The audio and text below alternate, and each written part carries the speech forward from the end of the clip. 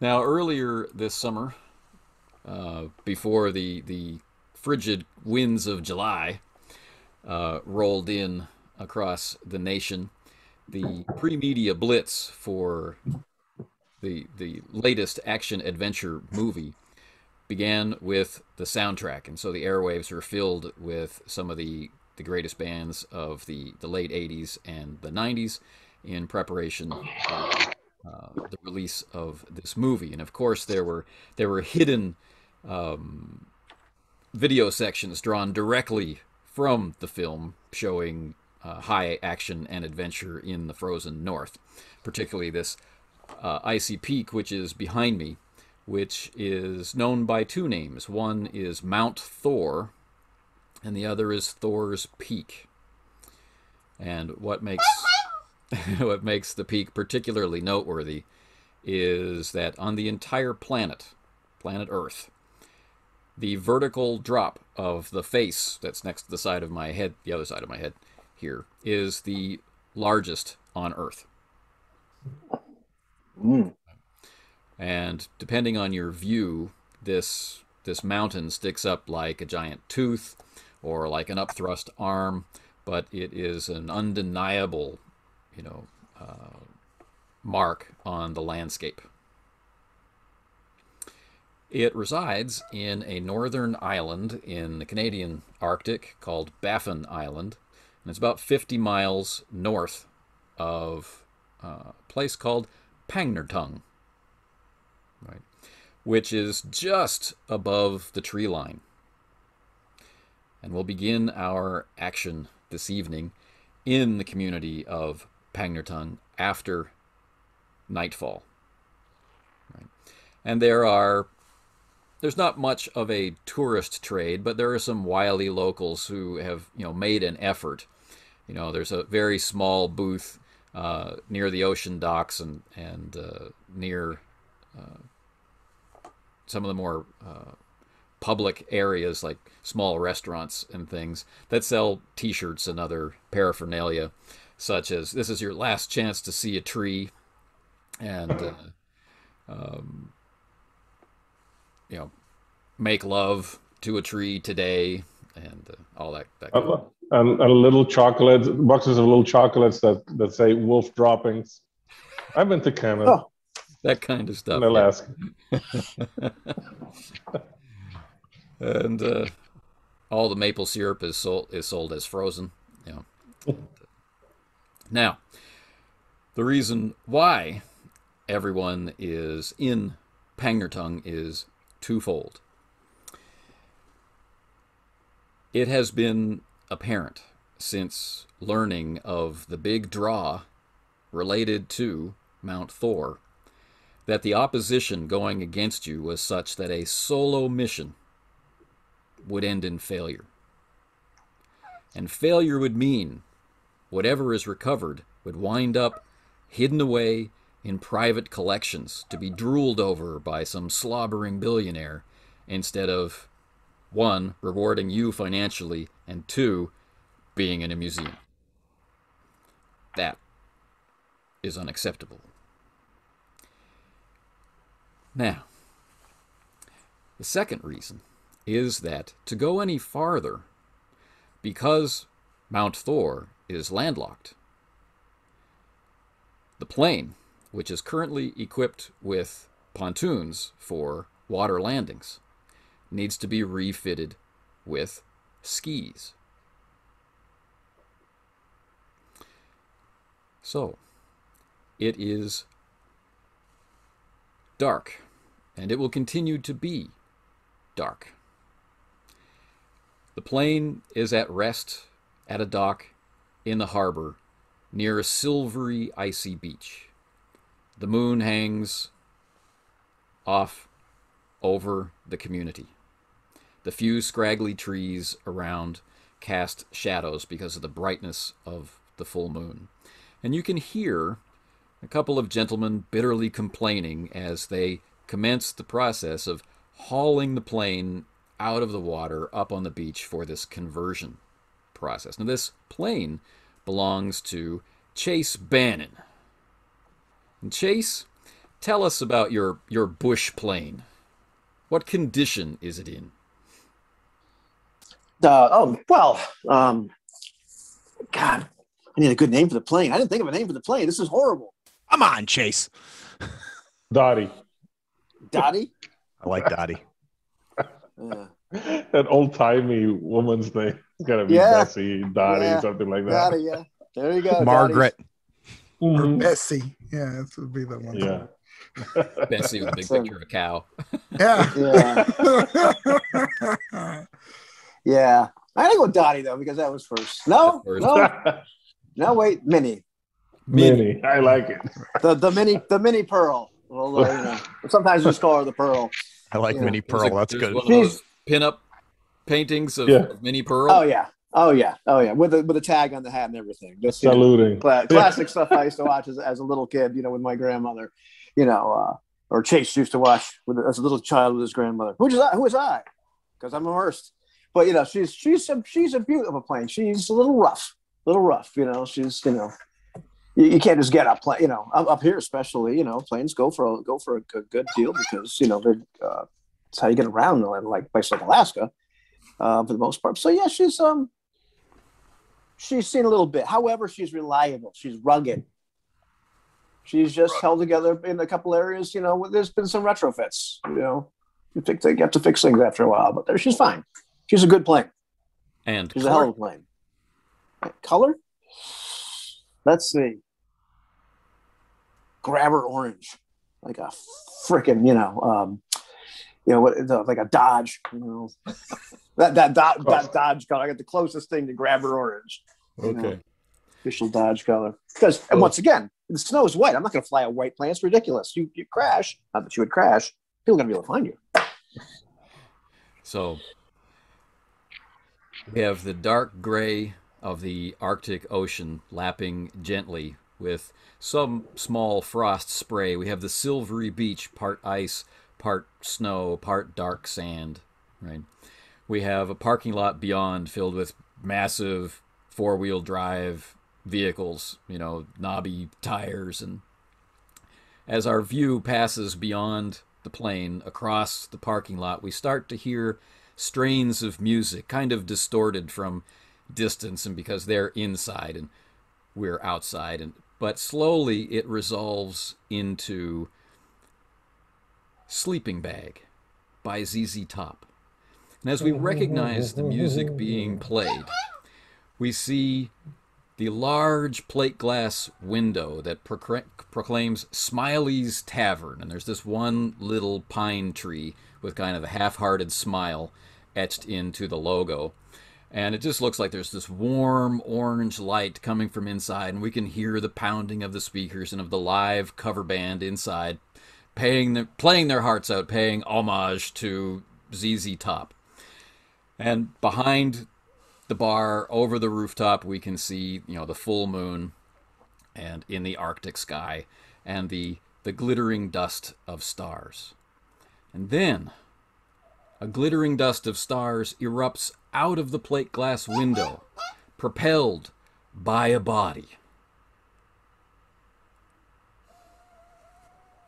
Then now it's a party. Dark, and we see 3 hours earlier. And we're inside the bar, as are you, waiting for confirmation that the plane can be set up.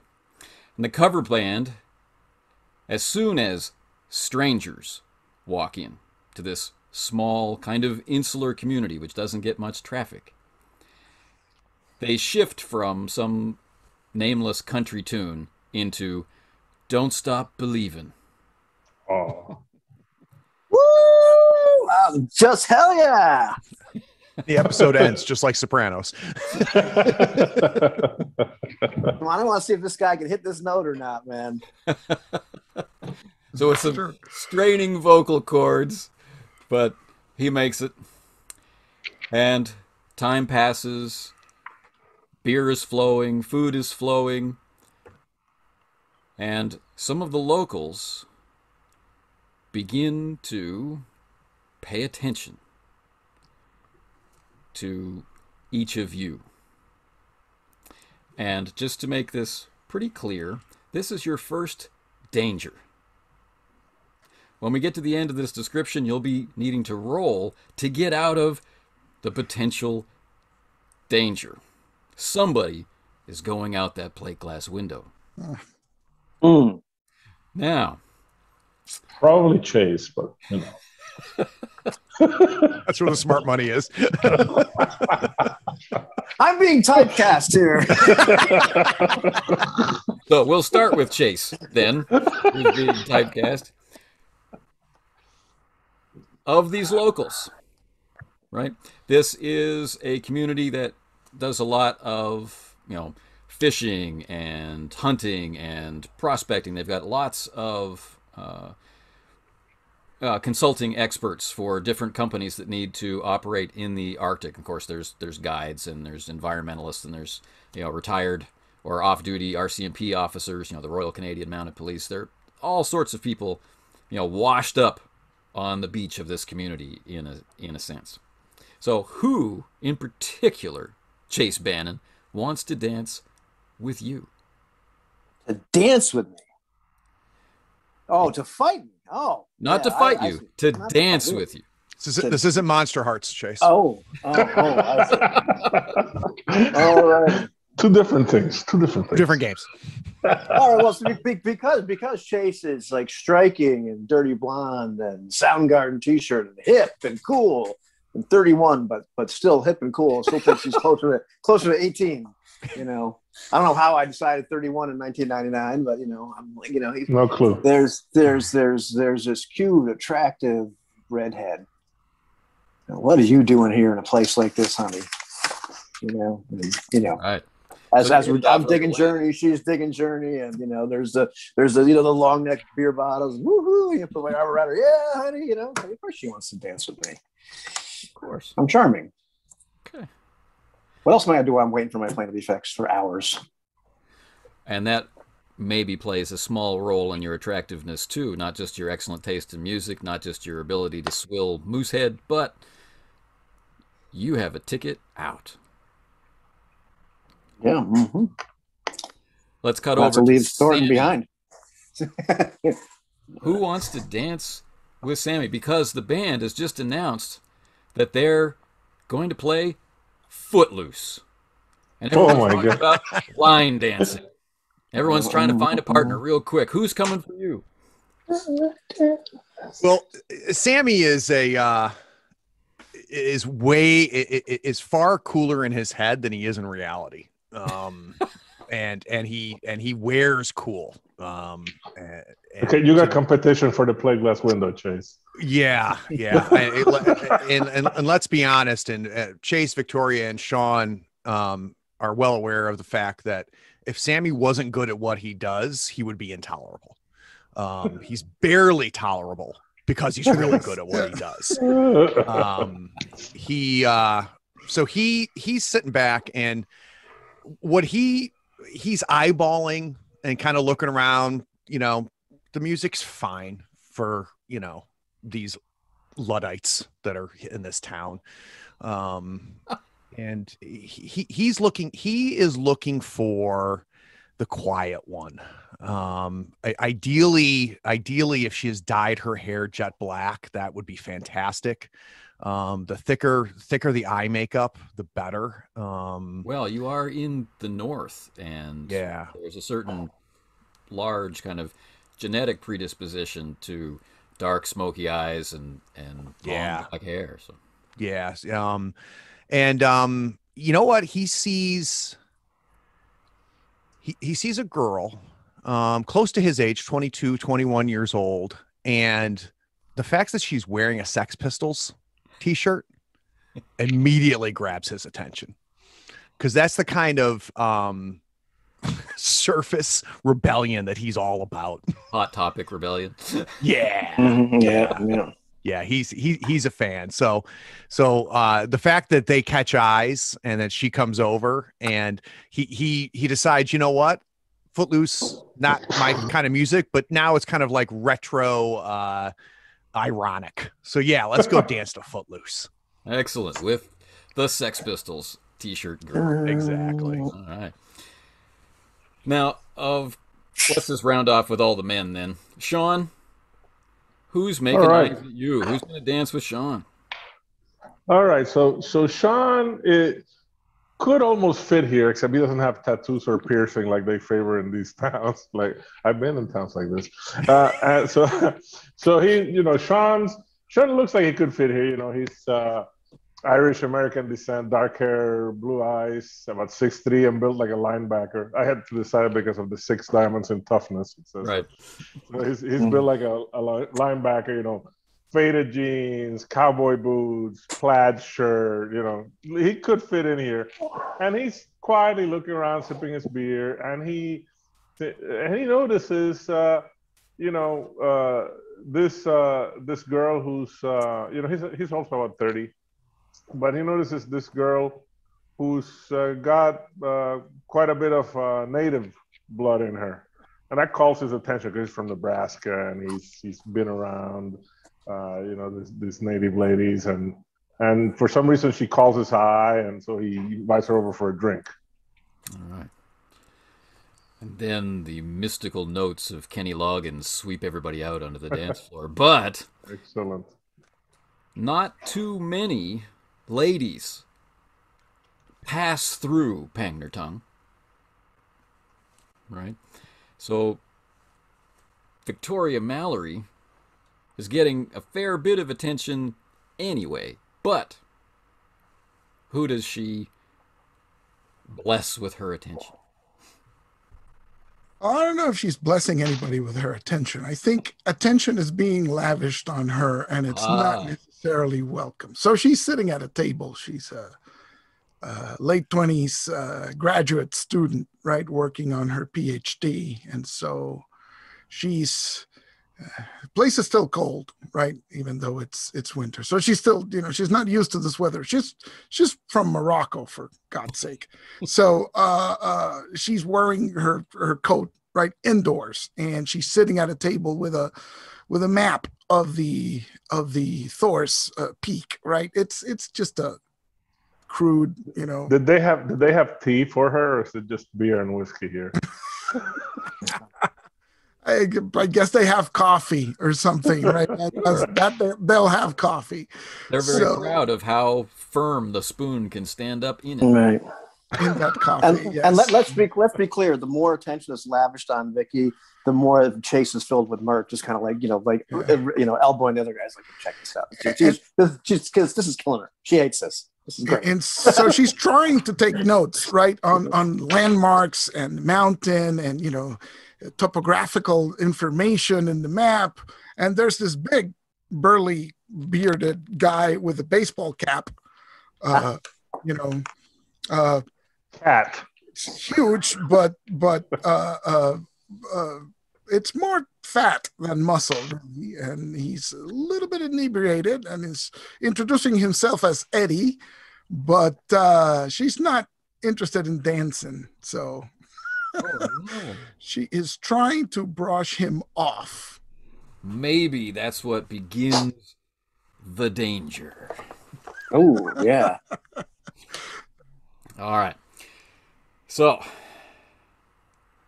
the danger is, during the rousing rendition of Footloose, which is really not bad, right? The whole bar is shaking. Everybody cuts. Everybody cuts Footloose.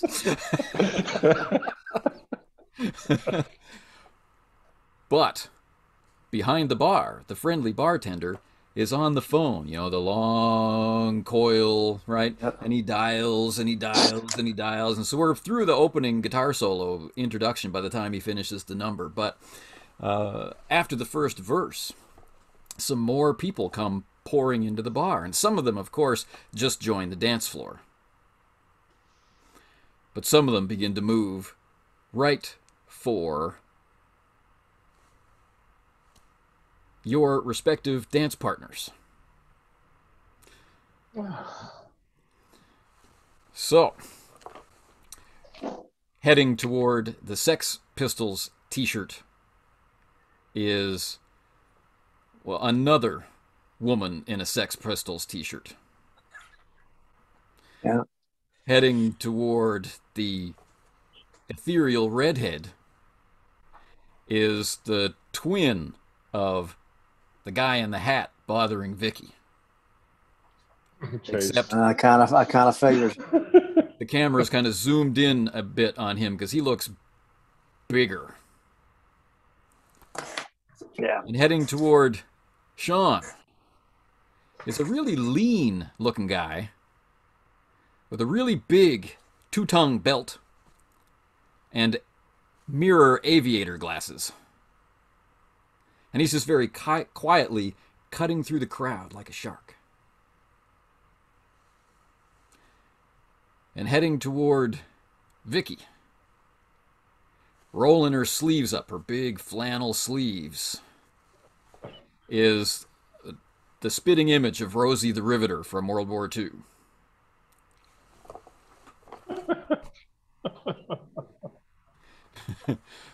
Almost like when oil drops into, or when soap drops into oil, right?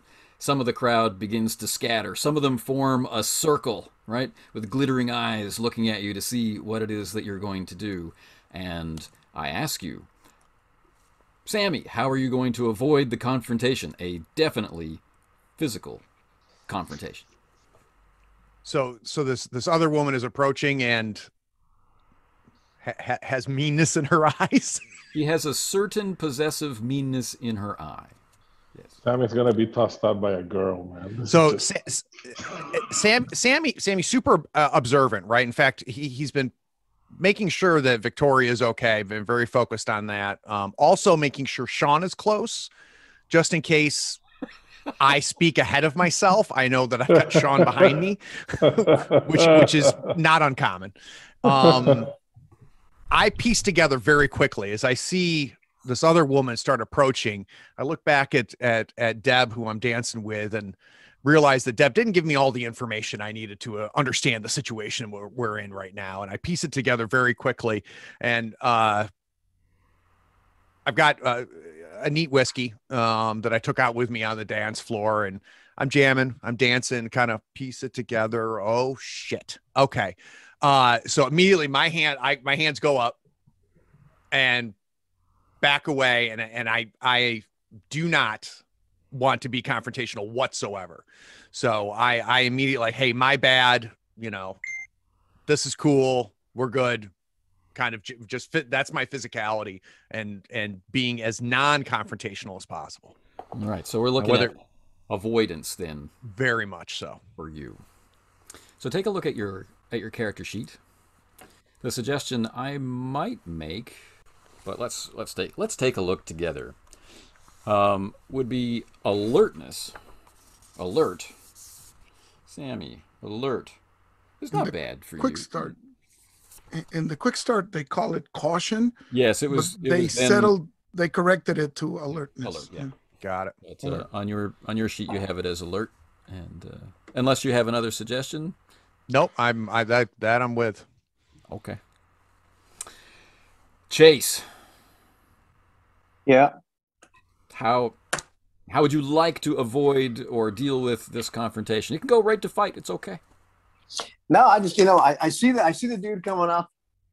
I look down at the gal whose name I have no clue what her name is, and I just kind of like, probably inaudibly because the music is so loud, just say, "Your name, Linda," and I look up to the guy, and I just kind of I hold three fingers up, mouth walking 3 steps.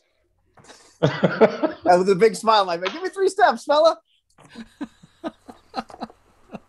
Like with this winning smile on my face, like, oh yeah, I mean, just no contest, no argument, no fight, and just like, oh, Interesting. Sean? I'm going all Leonard Skinner on him. All right, so we got the guy with the aviators, which in the '90s they were the badass glasses. Now it would be tactical glasses that would signify that, but right. So Sean has some experience in the military, so he kind of knows this type, quiet, and that's usually more dangerous. But he knows that he's not very good with words. So I basically say to Molly, hey, didn't know you had, not surprised you have admirers. And when he approaches, I said, I don't want any trouble. We can have a beer or it can get ugly. And what I mean to do, he kind of cracks his neck, is to use tough to try to intimidate the guy. Use his So you're not being physicality. eloquent or charming, but you just want to No, show. yeah, and he's like, he doesn't look friendly. I mean, his words are polite and friendly, but the eyes are steely, and he's kind of cracking his neck. And, Okay. Very clear that you're happy with either choice. Right. Yeah, beer or this gets ugly. So we have Like them both. for Sammy. We have charm for Chase. Charm, yeah. Charm. Yeah, I mean, Charm, yeah. hey, let's be honest. He's being a wise ass, but he's still being charming. He's like, yeah. Anyway, Or we what have do you want? tough for Sean. Vicky. Vicky is looking up from her papers and her stuff, and she's reading the room, right? And she sees the woman approaching and says, "You can't be serious." And so she starts backing her notes, right? The map is still on the table, but at least whatever notes she was taking, she starts backing and starts eyeing the rafters above, right? Just in case, she needs to get out of here. She doesn't really want to get in a big brawl, but she feels it brewing, right? So she's eyeing the rafters above. And if this goes south, I'm going to push a chair at the lady coming at me and jump up to the rafters and see if I can pull myself up. Because You're thinking stunt. Stunt, yes. Yeah. Nice. Vicky trained with David Bell in Paris, so she knows parkour. That's right.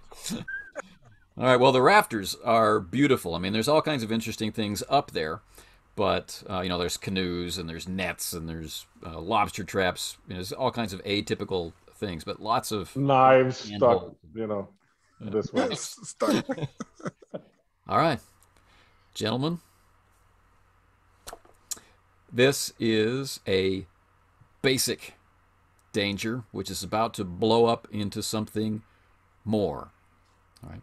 So all you're looking for, just looking for a basic success on, with your field plus your tag. So that'll be the total dice then, right? So if you don't right. mind looking at my sheet real quick, Anthony, I would be rolling 5. Do I read that correctly? You would be rolling 5. Your crime and your alert together are 5. Got it. Let's rock. So I got my results. Exactly a basic success. And if I've got 2 pair, that's considered Two basics. So, two basics. 2 basics. Right. Thank you. And that's what I got: 2 3s and 2 2s. Yeah, I got 5s and deuces. Did everybody get 2? no, just one success. Just one. I got 1. So, meeting the difficulty means you get what you're looking for, right? Beating your difficulty allows you to do something else in addition, right? So think about that as we go around. So we're going to start with Vicky. So the woman's coming forward, right? And she doesn't seem to care about, your obvious distance from the man and the fact that you're giving ground. She doesn't care. It's Friday night, and Friday night's all right for fighting. In fact, it's better than Saturday. Yes. And, with the pounding strains of Footloose behind her, she finishes rolling up the sleeve and it's coming up. And you said you were going to start with kicking a chair. Yeah, that's so I stand up and the chair next to me, I kick it in her direction to sort of throw her off throw off her momentum, right? So she has to deal with the chair while I do something else. Right. Okay, so what she does with the chair is it comes right at her, sliding across the floor, and she bats it with her offhand, and it flips up into the dance floor. It'll land in a moment. And then you're going to go to the... And on the table and try to jump up to the rafters. All right. Excellent. And then we'll go to Sammy. So I'm backing away. Deb's better half has approached and has really just grabbed Deb by the arm and pulled Deb back. All right. So I'm like, okay, this is taken care of. This went well. I am turning to see the chair being pushed and being tossed. And I have no question in my mind that Vicky can take care of the situation with the girlfriend. My concern immediately is the man. So I'm assuming the man's back is to me, but I'm trying to read what the man is doing in this situation. So as the exchange between Vicky, yeah, the one that was whose girlfriend is approaching. Right. So I want to try to react to what he's doing. All right. Well, he's now suddenly, because he's quite inebriated, he's now angry at both women. So he's just flexing, and it's like hand out to say simmer down to his girlfriend, and come on down to Vicky. So he's reaching out to grab Vicky. Okay. I make immediate eye contact with Chase, immediate eye contact with Sean, which I both, unfortunately for Chase and Sean, knows I'm about to do something really stupid, and they know that look. And it's a look where I'm making eye contact. I'm not looking for permission. It's my way of telling them I'm about to do something dumb. So I take my whiskey glass and immediately throw it to the back of his head. Because my goal is to get his attention. I want his attention off of it. That should work. That's a good strategy for your goal. For your stated goal. Yes. Yeah, I take the low ball. I make the eye contact with Chase, and Chase knows what this means. I make my eye contact with Sean. He knows what this means. They both see me change how I'm holding my low ball glass, and I just throw it to the back of his head. Right. Syncing with a nice cymbal hit during Footloose. Now the band is starting to get nervous. All right, Sean. All right. So, I'm, that's one of the things that I was eager to learn, how you use these extra successes. So this is a lot of fun. I'm looking down at the guy, and I'm guessing that because I was successful, he kind of stops his shark-like approach. And basically, what I'm gonna use that extra success as I see what's going on. I tell him very pointedly, "You both better get out of here right now." My goal being trying to use that intimidation to get one foe less in the brawl. Right. All right. Chase? Yeah, so I suppose by the success is made that this fellow doesn't try to pull a gun on me and kill me right in the spot. Not right on the spot, or, no. Or at least it's giving me my 3 steps. But there's next round, yeah. And so I'm smiling like you're able to not only avoid taking damage, you're able to deliver it as well. Able to deliver it as well. Well, damage. Yeah, so to speak.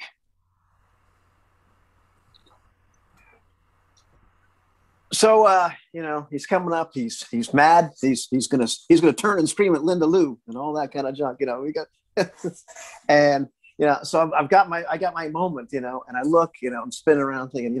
And I'm just trying to figure out what's going on with everybody else. I see the moment. What the hell is Vicky doing in the rafter?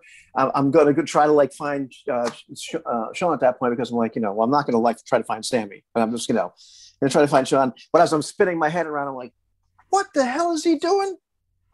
And I'm just looking at like, son of a gun. And I look back at the dude who's yelling at the girlfriend, and I kind of push myself, hey, I think your brother's in trouble.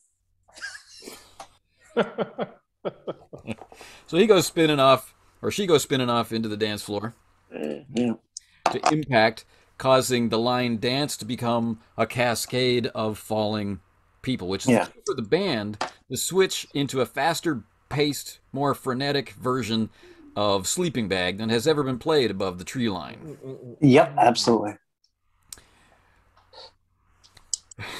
And Vicky's chair. Vicky's chair. As the glass explodes across the back of Vicky's bow's head, the chair slams into the shark.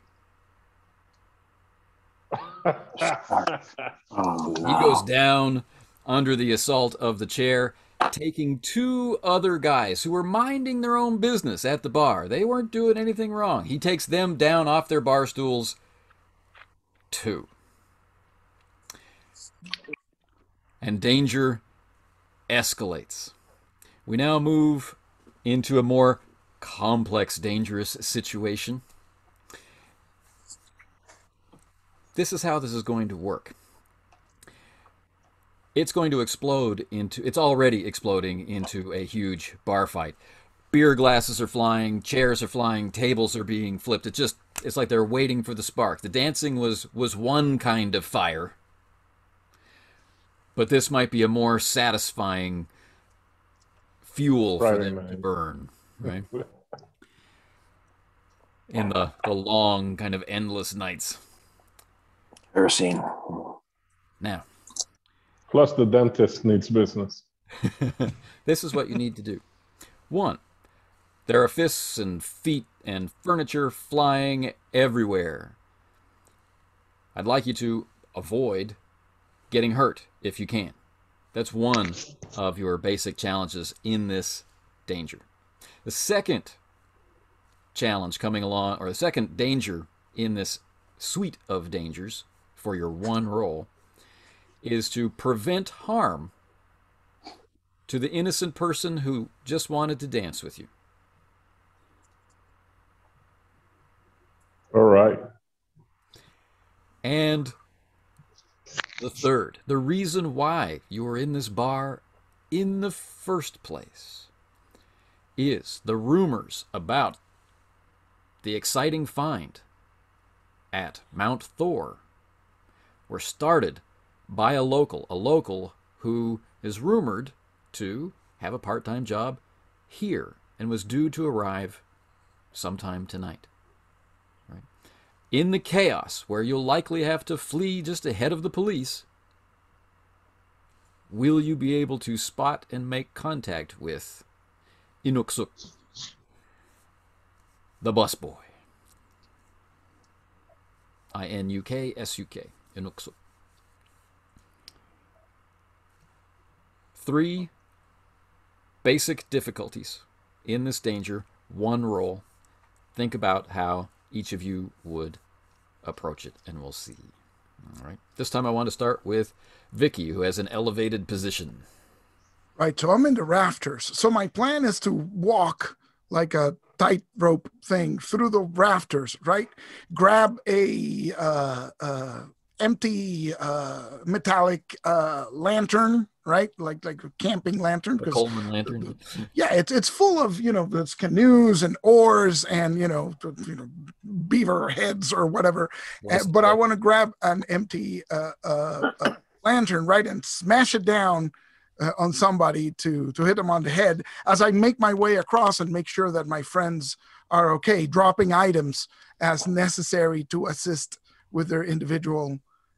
Guys, I don't think Vicky's trying to protect Eddie. No. Well, one of those things may land on the woman's head who's angling for Eddie, right? We'll see what the dice say. No. So is this stunt or is this fight or which is it? It certainly could be stunt. It certainly could be fight. Well, let's try it with stunt because that's the way that she's weaving around the rafters, making her way, maybe jumping from one to the other to grab the appropriate item and chuck it down. Right.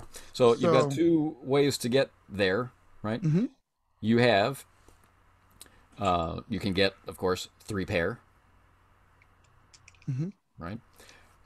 Which is, in another way of looking at it, a critical success. Right. All right. Right. So it's 3 basic dangers. Right. So. Yeah. You are in the rafters. So I think that's worth an advantage of a die. Ooh, excellent. All right. That's what I'm talking about. So here we go. And that is Nice. a critical success right off the bat. So critical success is equivalent to 3 basics. So I think Two, huh? Oh, three. three. Is it two or Rule three? of three. Rule of three. Okay. All Yes. right. 3 equals 1. So Okay. Is as there I a video on that? there, There is. it's there's the full rules has a little bit more clarification. Oh, does it? That principle applies the other way awesome. around, right? Okay. So it's 1 success, 1 crit means 3 basics, and vice versa. So you can Alright. flip back and forth as you three, need. yeah. Right. So I jump up, right? I'm in the rafter. I move around. There's a net. There's a fishing net. I grab that and chuck it down over the burly guy, right? Eddie. So it falls on him. So he just sort of falls to the floor, and maybe he'll avoid getting hurt because he's now on the floor, right? Right. And then I just start, lantern going down and trying to help the guys as much as I can. And I'm also keeping a lookout for our contact, Inuksuk, the bus boy. Yes. That's lovely. Chase. Yeah. Well, so I've pushed this fellow. I've already disrupted the dance floor in that regard. I see, the terrified look on this poor young woman's face. So I grab her hand. I said, come on, honey, let's get out of here. And, I look up, there's debris falling, there's nets falling, and I grab the oar that comes down. So I start swinging around this arc to kind of clear away. Not really trying to hit anybody, but sort of to freak people out. And let's go back to the kitchen. And I'm, running that way towards, see if we can get out that way. The swinging, doors in the kitchen, kind of ducking around, but just sort of try to clear a path of this giant oar, it probably has a pontoon attached to it and everything else. It's ridiculous. Tell me what the dice say. What did I say? So what am I doing here? Is this going to be still into me? That's kind of like what I was thinking originally. Or will it be fight? What do we think? Sounds like or is it cool? With the beating off. It does sound like opposition with it does sound like fight. So we're going to roll 5 dice here. So that's going to be I'm a little less good at that. But because you have the paddle, yeah, we'll give you a die for advantage. Ooh, an advantage. All right, the paddle. Thanks for the oar, man. You want a whole oar? It's still only one. The whole oar. I know. Thanks. Oh, thanks for the oar. Oh goodness. I got trip 2s. So I did in fact, awesome. Thank you for the clarification. Critical hit. Yeah, critical. Yeah. So and I am absolutely flabbergasted that Eloy knew something about the rules that Jose did not. And I was thinking, oh, really? Mark the date. It's never happened. Yes. Never May happened. 29th. Really? It's been going on. I've been confused with what they crit to basic in fight. Yeah. Listen, you're wrecking things for me, man. Stop talking. Ladies and gentlemen, if you'd like to be as skilled with the rules as Eloy, please head over to the Umbermancer YouTube channel, where you will find a fantastic tutorial video on Broken Compass. Brought to you by Umbermancer. And obviously there was a need for it because it's gotten attention. Yeah. Not only is it good, but yeah, it's needed. nice. I think it's anyhow. Yeah. So you smash your way to the kitchen. Linda Lou, probably not her name. Yeah, but I'm just in tow, just grabbing her by the wrist, Okay, Sean.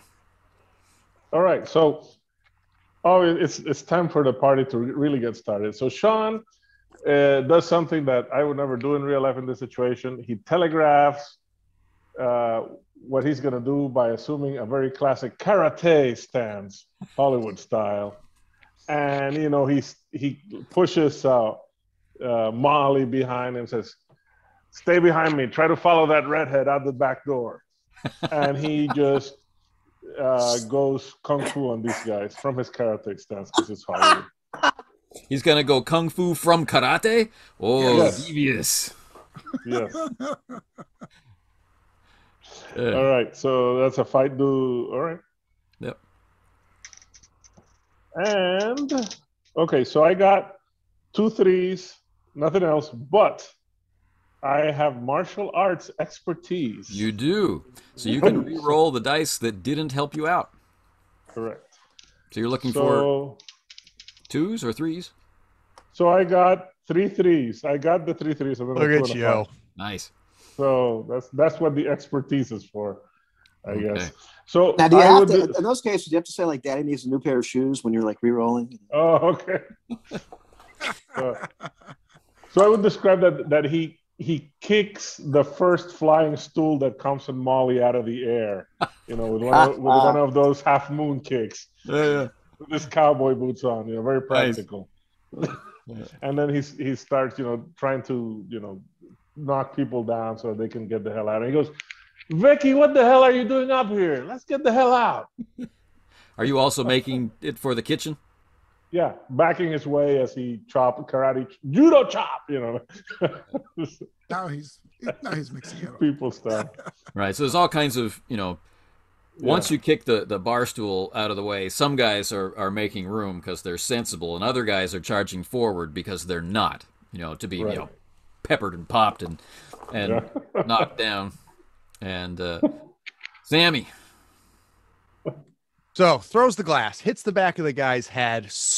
Within like moments, we see the net fall on the guy, which is great. But when the guy turns to see who threw the glass, as soon as he sees me, I want to be invisible. So I'm immediately moving back into the crowd and going down with one goal, which is I want to be lost in the melee. So I want to avoid everything that's happening and just like ninja vanish as far as Captain Glasshead is concerned. But while doing that and working my way through, going through people's legs, avoiding and going through, I want to find the happy couple, the Sex Pistoles, both of them. And my goal is when I find them, I want to grab both of the back of their pant belts and push them into the kitchen with me. To the point where they're, and my goal is they don't even know what's happening. All of a sudden, they're getting shoved into the kitchen by me. Sounds good. So I'm thinking stealth. Stealth. How about dexterity? Or stunt. Or dexterity. I can do dexterity. Right, because they're going to be wanting to avoid the point. Push, but you want to obviate the avoidance. Yeah, and the only reason I didn't choose dexterity is because I was thinking that it's more fine motor skills, but if that fits here, perfect. That's great. That's better for me. So, yeah, I'm good with it. All right, so 6. Yeah. And let's think for 1 second about Sammy trying to disappear in this crowd and look inconspicuous. And just think about this 21-year-old guy dressed maybe sort of like this depicts him, in the far north, trying to blend in as best One he man can not wearing flannel. with his giant flannel. So he'll blend right. He'll be invisible. Okay, just trying to look like a floorboard. Yeah, I'm not trying to do it like as an obfuscation, right? I'm doing it as like I know everybody's eye line and I'm below it now, right? And in classic action movie, there's fisticuffs going and I'm sliding through people's legs and whatnot. Right. Yeah. Apparently not awesome. Well though, because I only got 1 success. Okay. Well, would you like to risk it? Walk me through that. Did you get 1 success? If I got 1 success. You can re-roll all the dice that did not match right now. Right. If you get an extra success, either a different pair or one or more of the number that you already rolled, right? You succeed. So, you keep whatever new success you have. But if you fail, you lose one of your successes. And since you only have 1, that would mean that you would fail. Right. So how many dice did you roll? Oh, I rolled 6. I've got 4 more dice that I could roll. No. I would go for it, but that's just me. That's what I'm thinking odds. too. Yeah. That's what I'm thinking too. And listen, if it doesn't go out, then you're the guy going through the window. Well, and so here's the way I'm imagining it is me getting invisible to everybody. That's working, right? So I'm sliding through. I'm going under. Nobody's paying attention to Sammy, which is really Sammy's happy place. But I thought I would have no trouble grabbing the two belts of the women and pushing them through the kitchen. And I grabbed the two belts, and they're not as easy to manipulate and push as I thought. So Solid northern. far sturdier, which makes them that much more attractive, by the way. So I'm going to go ahead and push this. So I'm re-rolling 4 of the dice, and I've got 4 6s. Ooh. Whoa. That's what we're talking about. Yeah. Yeah. So I picked up 2 more 6s. So that's probably enough. Mm-hmm. That's extreme. It's extreme success that, takes care of everything. So So in my mind, I've grabbed the belts. I do the initial push, and I'm like, "Oh, nice!" And I just then put more effort behind it. you probably have to stand up, but you're right hiding behind them, right as you push them, as you drive them. Maybe as he's pushing them, Inuksuk gets caught and gets pushed along. Love it. For an extreme success. As he's coming out of the kitchen to start his shift. That's right. He's just tying his apron. His jaw drops open as he comes in from the staff-only bathroom, and he gets swept into the kitchen with these 2 women. Yeah. 2 women just sort of collapse onto him. He's like, hey, it's gonna be a good night. So, Vicky, do you change course and head to the? Yeah. I'll try to make it to the kitchen. Okay, so as Vicky drops into the kitchen from above, and Inuksuk is kind of bouncing off of the wall, and the 2 punk rock girls are trying to sort themselves out, there's a momentary silence. Through the round porthole windows of the swinging kitchen doors, you see the poor beleaguered bar band, right? Desperate to try and stop things, they spin their guitars on their belt buckles, but nobody is watching. Oh. And there's this. I was like, "Oh, that's cool."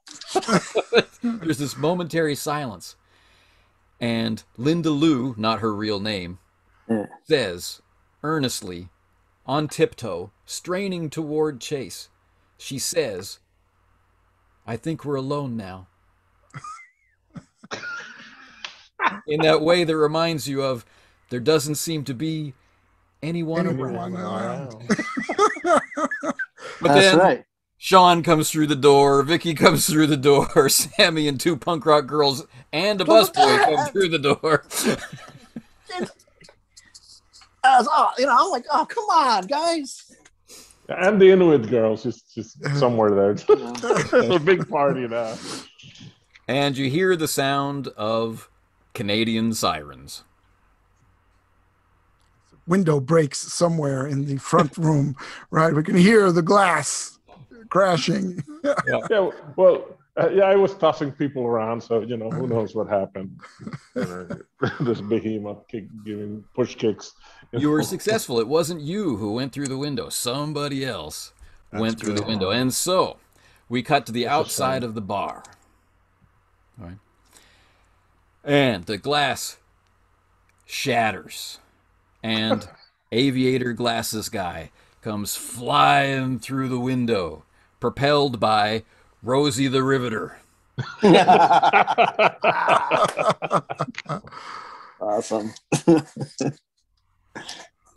It's fantastic. I'm giving Linda Lou a kiss, grabbing her waist, grabbing her head, just giving her one kiss. Like, we'll be back. We'll always have Paris. The next morning, though it is still dark, you are sitting in a kind of chilly RCMP office. You haven't been arrested, but you have been requested, very politely, by a man in his dark winter uniform, kind of a beleaguered gentleman, and his associates. You were requested to come and, give witness statements for the rough and tumble action, as he described it, at the tavern.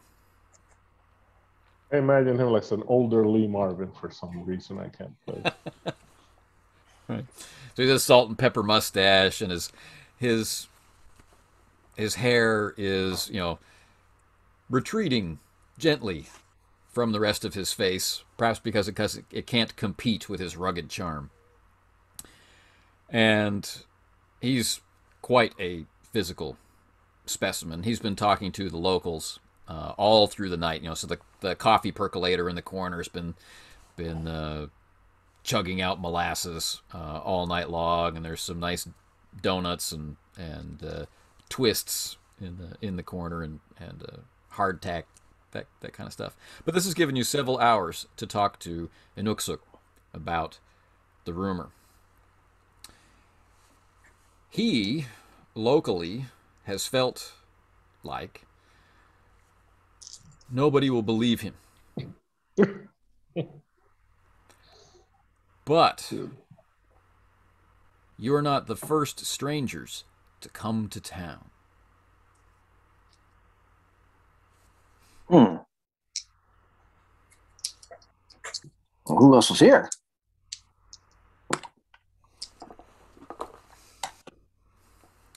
Men.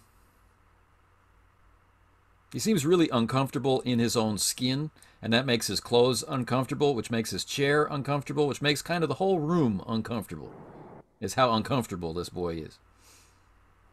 But he has a real look of intelligence in his eyes, but maybe not growing up in an environment that allowed it to flourish. Well, come on, man. You can tell us we're not going to bite you or anything like that, but it's important. Like if we've got some kind of competition or something, like at least we got to know. We got to give us some kind of information, something.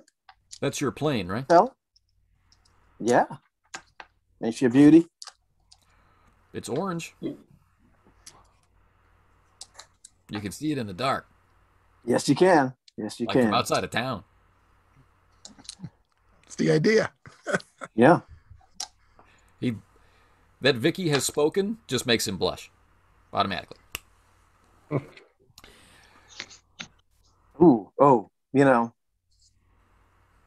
yeah, I'd say Vicky should be taking the lead on this stuff. If he's already, So he's already laser focused on Chase. Oh. Okay, all right. They bought a lot of fuel, aviation fuel, and it was enough, I calculate, to fill the tanks of a Bell Jet Ranger. Really? You got a good eye, kid. Crimson. Now he's examining his shoes. Bell Ranger? How big of an aircraft is that? It's a classic 90s helicopter. Oh. Shoot. Yeah, no, that'd be better. I mean, nothing. Not there's anything wrong. Anything wrong with the Pearl, but man, yeah, it'd be a much more efficient way to get up there. Shoot. Yeah, but I just.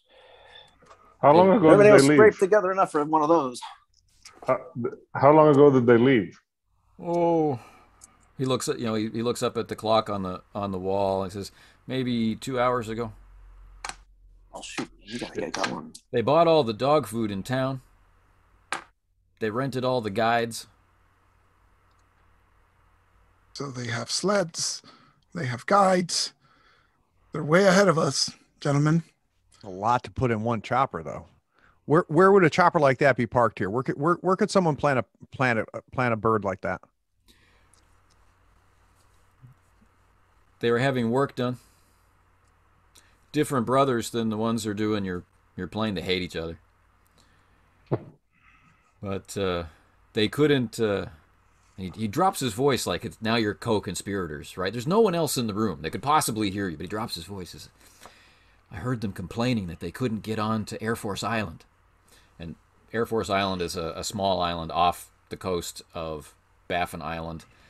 Considerable distance, so it would have been quite expensive for them to continue on to Pangnertung when they were expecting to be able to do their conversion, their winter conversions at Air Force Island. Well,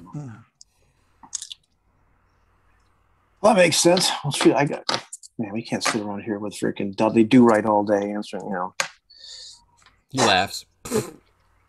He's very serious. We got to get the heck out of here. So if they only left 2 hours ago with all of that gear and all of that packing, they might still be on the ground.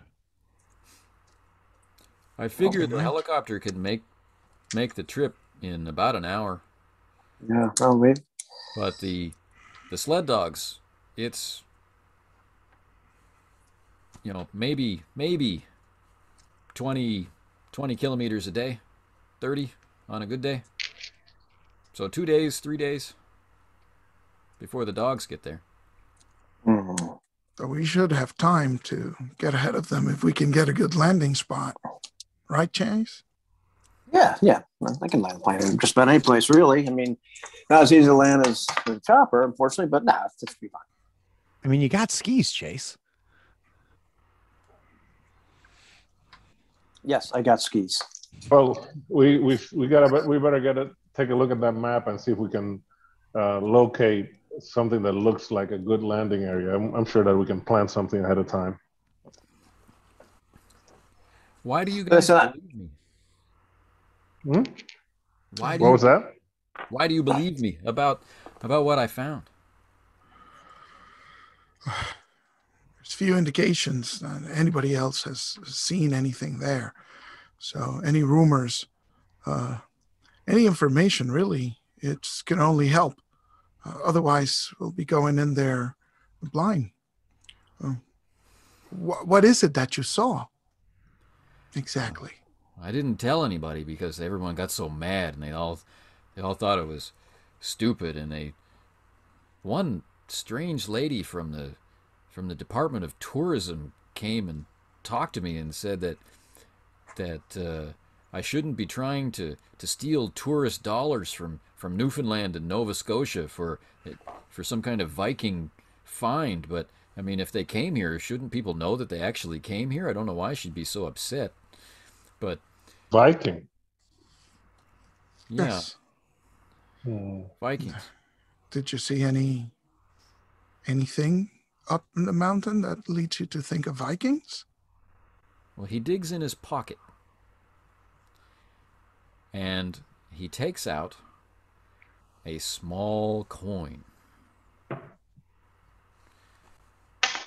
And on it, and I'm going to share the screen. It's not a normal coin that you'd think of, like with some kind of roughly carved head, right?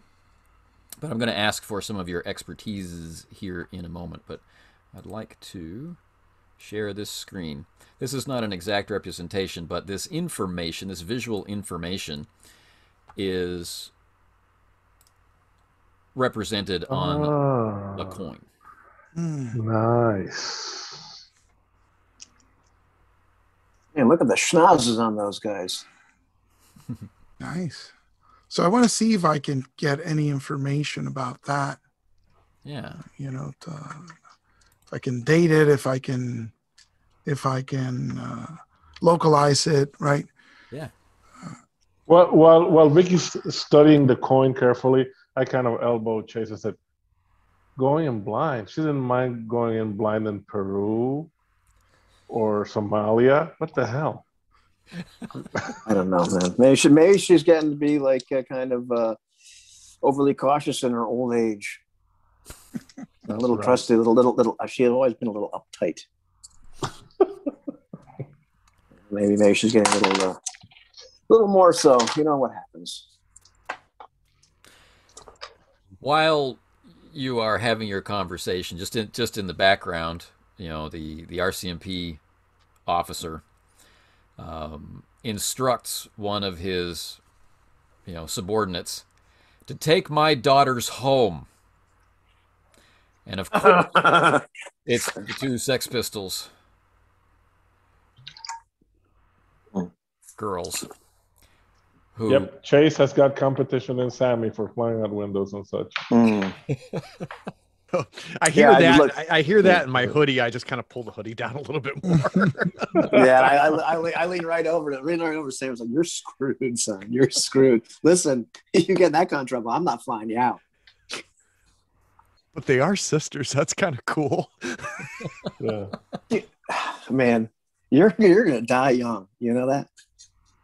So while this discussion is going on, and Anuksuk is kind of bothered by Sammy's reaction. Like until Vicky came into his life, I mean, really, these were probably the pinnacle of his hopes and dreams. These two young men.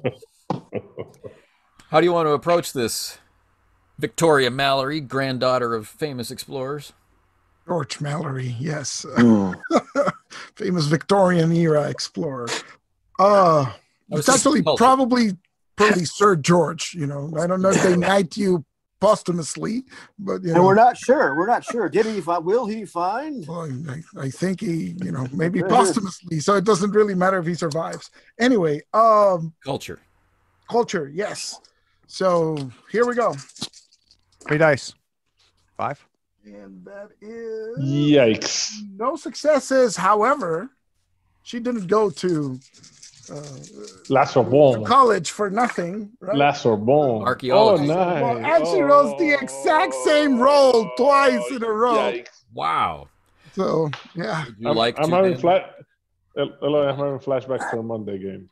Yeah. I could all or nothing, right? I have nothing. But no, you have nothing. Now aren't the rules for that you have to actually have? You actually have to have a success. One success. That is success. Correct. Right. You're right. And I think not only that, but I think I don't know. Do you have? Okay. I think you actually roll another success in your risk or your expertise too. So it's kind of like you're looking for a big giant one. Well, at least that's the way the cheat sheet says. If you roll expertise, you don't really need to have any successes. You could re-roll again, but it sounds like you need at least one success to have something to risk in all or nothing. And an all or nothing. Expertise is different because expertise requires success to keep going. So, right, and here, the only thing you can risk is like somebody dies. It's no. So I can't risk it. So I don't. I don't recognize this particular. Well, because this is the first time we've played, right? Mm-hmm. So it's not know or don't know. Right. It's easy road or benefit, or hard road or lack of benefit. Right. So some of the things that you absolutely do know is that the iconography represents Odin, and some of the imagery represents shields. And the other repeating icon on the coin is swords. So it's a very strong warrior motif in some way tied to Odin. But why that's significant is just not triggering at this moment. But one thing that you do know is that the workings of this coin would date it no later than the 7th century.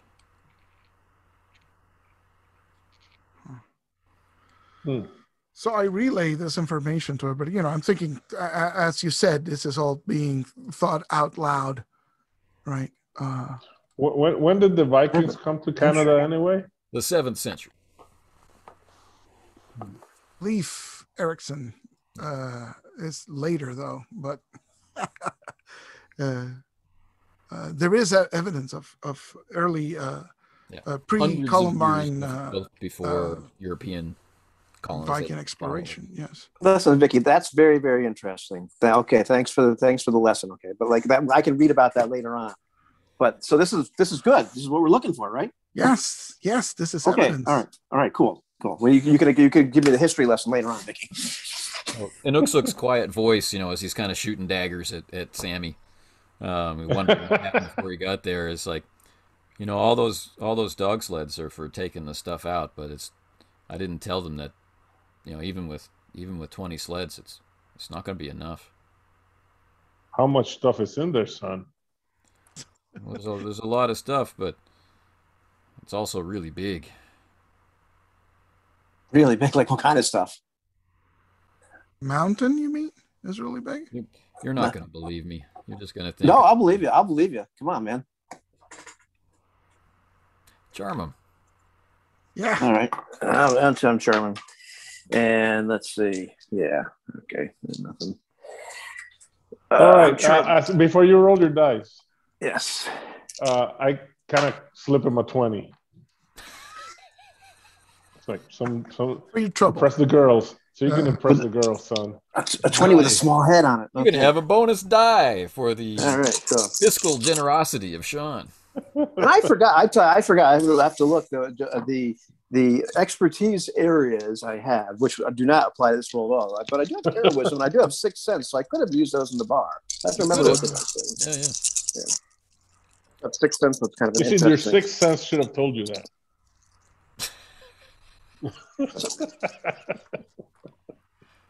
All right, so I'm trying to be really, really charming, and oh man, I am extremely charming.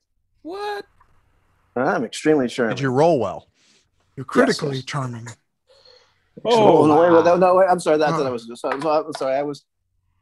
I'm critically charming. Never mind. Critically charming, not quadruple. Critically charming. No. Okay. All right.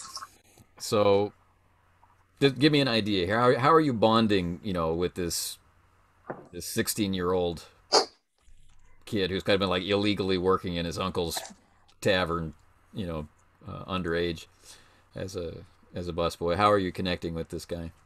Listen, man. Like people just don't have a chance to be great. Most people sit there and fade away into nothingness, right? You don't want to do that. Like your name can be in books. The guy who discovered this kind of stuff, and you get credit. Yeah. Should I say you be famous? Maybe get yourself out of here. I mean, unless you want to be here, and then you're the biggest fish in the little pond. You're like the guy that made the biggest discovery. Everybody laughed at him. Look at the books. Look at the books, and people laughed at him. People got laughed at. In the center of the biggest chamber, there's a carving made out of diamonds. Whoa. I can elbow you just see the grin just grow on Sammy's face. It's like, whoa. Yeah, it's an elbow. Really? Just a nodding, looking at the other guys, looking at Vicky. And how big is this? They carving? What's the carving of? You couldn't get it out of there with a semi. Wow. What's it of? What's a man? A Viking man. And he's holding this glittering sword, and the light that reflected back from the shield was like brighter than day. Not that we ever see the day. That's cool. You didn't take pictures of it, did you? With what? Yeah. But you know the way to this carving. I know the way. Right. Well then, yeah. Why don't you go with us, man? It's one thing to be the guy that discovered it. It's another thing to be the guy on the team. I can go. And Vicky's coming. I can go a better way than the guides. They're going to take them a longer distance because they want to sell them more trail food. Makes sense. Business. Those guys weren't nice guys. You thought what you did in the bar was bad. You should have seen what they did the first night they were here. What did they do? Well, we had to send some people to the hospital, and that's all the way down in Inuktitut. Well, we believe in treating people fairly. So if you join our expedition, you get a fair share of the credit and any monetary recompense that we get. So come with us. Okay. You can get there before they do. So, travel to Mount Thor, or Thor's Peak, as it's alternately known, is pretty easy in an orange airplane. Okay. How stiff are the penalties for kidnapping a minor in Canada? Just pretty in stiff. Case. I figured. Just putting that out there. Yeah. So, do you fly? What do I fly? Do you fly? Do I fly? Yes, I fly. Do the others go with you? Do the others go with us? Of course they do. Okay. We have to think about it, but yes. Wait, is this gonna be like the A-Team where they get to drug up Mr. T every time they go because he just doesn't trust what's his face? You know? No, I'm just checking. I don't want anyone to feel pressured. So it's only 50 miles away, right? It's a very long and arduous journey at the surface level, but it's a very quick and chilly journey by air. Right? And as you arrive, your sixth sense possibly has you scanning the skies for that helicopter. Mm-hmm. And listening for the sound of sled dogs, which are really hard to hear over the Flight of Valkyries. Propellers. The propellers. No, yeah, I got the put on the iconic music as well. But yeah, scan the skies, looking. We could be looking down to see if we could pick up the dogs, right? The dog sleds as well. As you make your first pass toward the peak, from behind the peak, sliding out sideways, is the dark, tinted windscreen of the helicopter. You see its green and red lights blinking in the dark sky, and it's silhouetted against the full moon, which is again silhouetted behind the peak. It's on the ground? No, it's that flying? Okay. As you are flying in. And there's something wrong with the silhouette of the helicopter. There is a tubular or cylindrical projection off one side of the helicopter. How the hell do these people have Clearly missiles on that chopper? You gotta be kidding. I don't have military expertise, but that's pretty basic for somebody who served. Yeah. They're armed. They're armed, Chase. I gotta punch his shoulder. Yeah, I see that. What the heck? Better strap in, guys. That's ridiculous. Ladies and gentlemen, this is a critical danger. Okay. Good luck, Chase. Cool. You have a plane, which gives you an advantage die. It does. It gives me an advantage die. Now they're holding their position, and they also you also have the advantage of the darkness. Right? Okay. You can see them very clearly because the moonlight behind them, and they can see you because it's a moonlit night. And your signal lights. Right. Mm-hmm. Does anyone want to abandon ship? Not yet. Yeah, not quite. But we haven't. But yeah. As soon as I hear Sean say missile, yeah, Sammy stands up and starts grabbing the parachutes off out of the back and starts throwing them to everybody. Vicky thinks it's a good idea. So yeah. Switch her backpack to her front and then starts putting on the Look is writing poetry very quickly. Yeah. Is there any way in which I could help him with my four diamonds of tech knowledge? Maybe letting him know about the arc of this thing that's about to smash into us. That will count as an advantage as well. Nice. All right, cool. So that's, I guess that's drive. Yeah. We're going to call it drive. I believe that's his drive. So I've got the plane. So that's 6. That's 7 dice. The advantage of darkness is 8 dice. Him shouting out thing.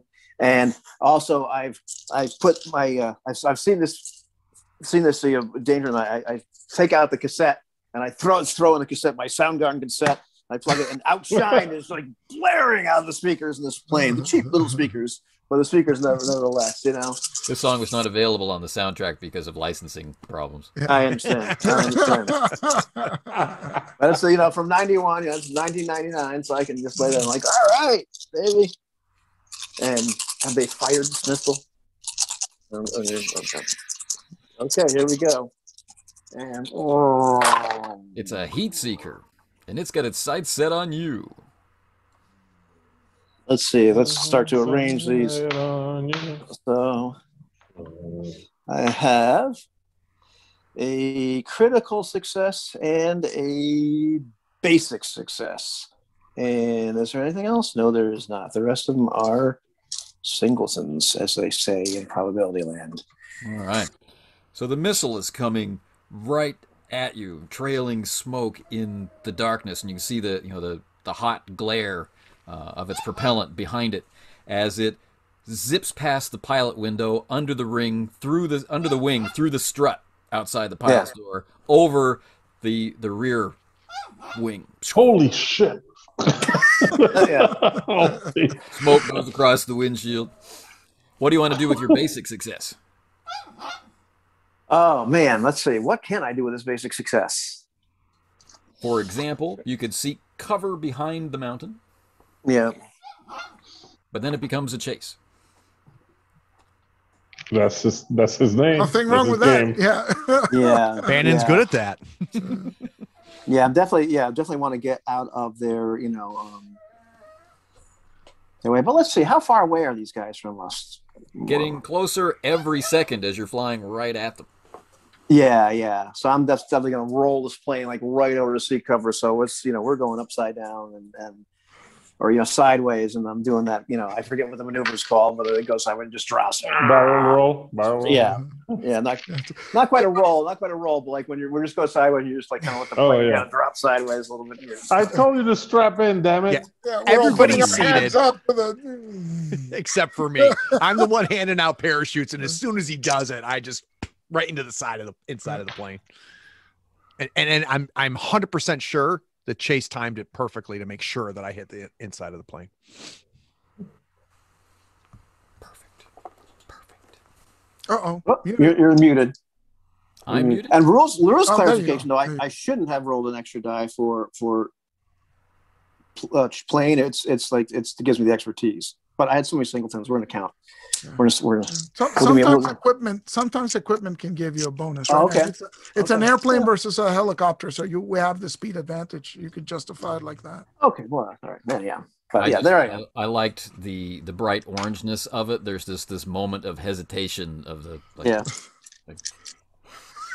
Listen, it's dark. Listen, it's kind of like it's darker. When it's dark, orange looks a little dark.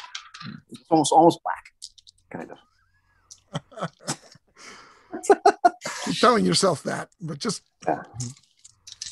Yeah, it's the most obnoxious, orange you can find. We're going to keep this critical level of danger.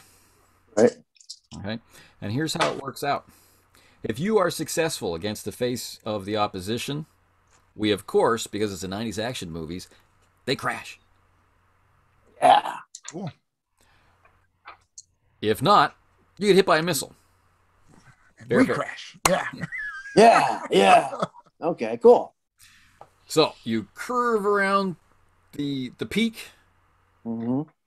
They're hovering in place. They whip around and begin to pursue.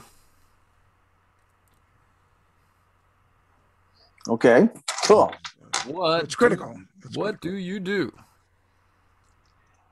I'm trying to do everything I can to get away from these guys, as far as doing like the craziest freaking maneuvers,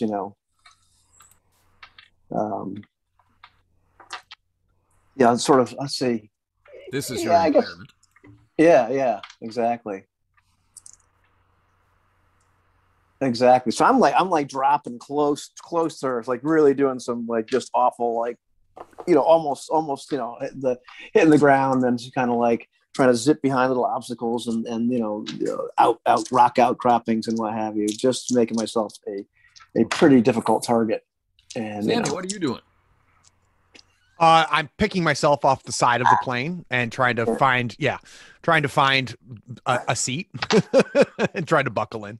Okay. Who's going to take care of a Nooksuk? I am. I'll grab the kid, right? I don't know if there's enough parachutes for all of us.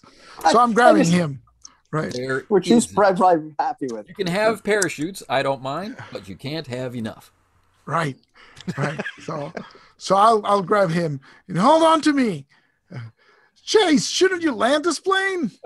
Eventually, you want to shoot. Sean, shoot him. Do something. Shoot. And Nooksuk is hanging on to you, but his hands are closed.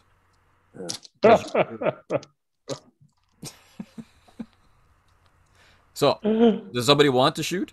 That would be an additional action taking place at the same time. John, do it. Well, I don't think that there's not much that a 45 can do. Not really. Not really. 90s movie. It's a 90s movie, yeah. Okay, so let's do it. Let's try it.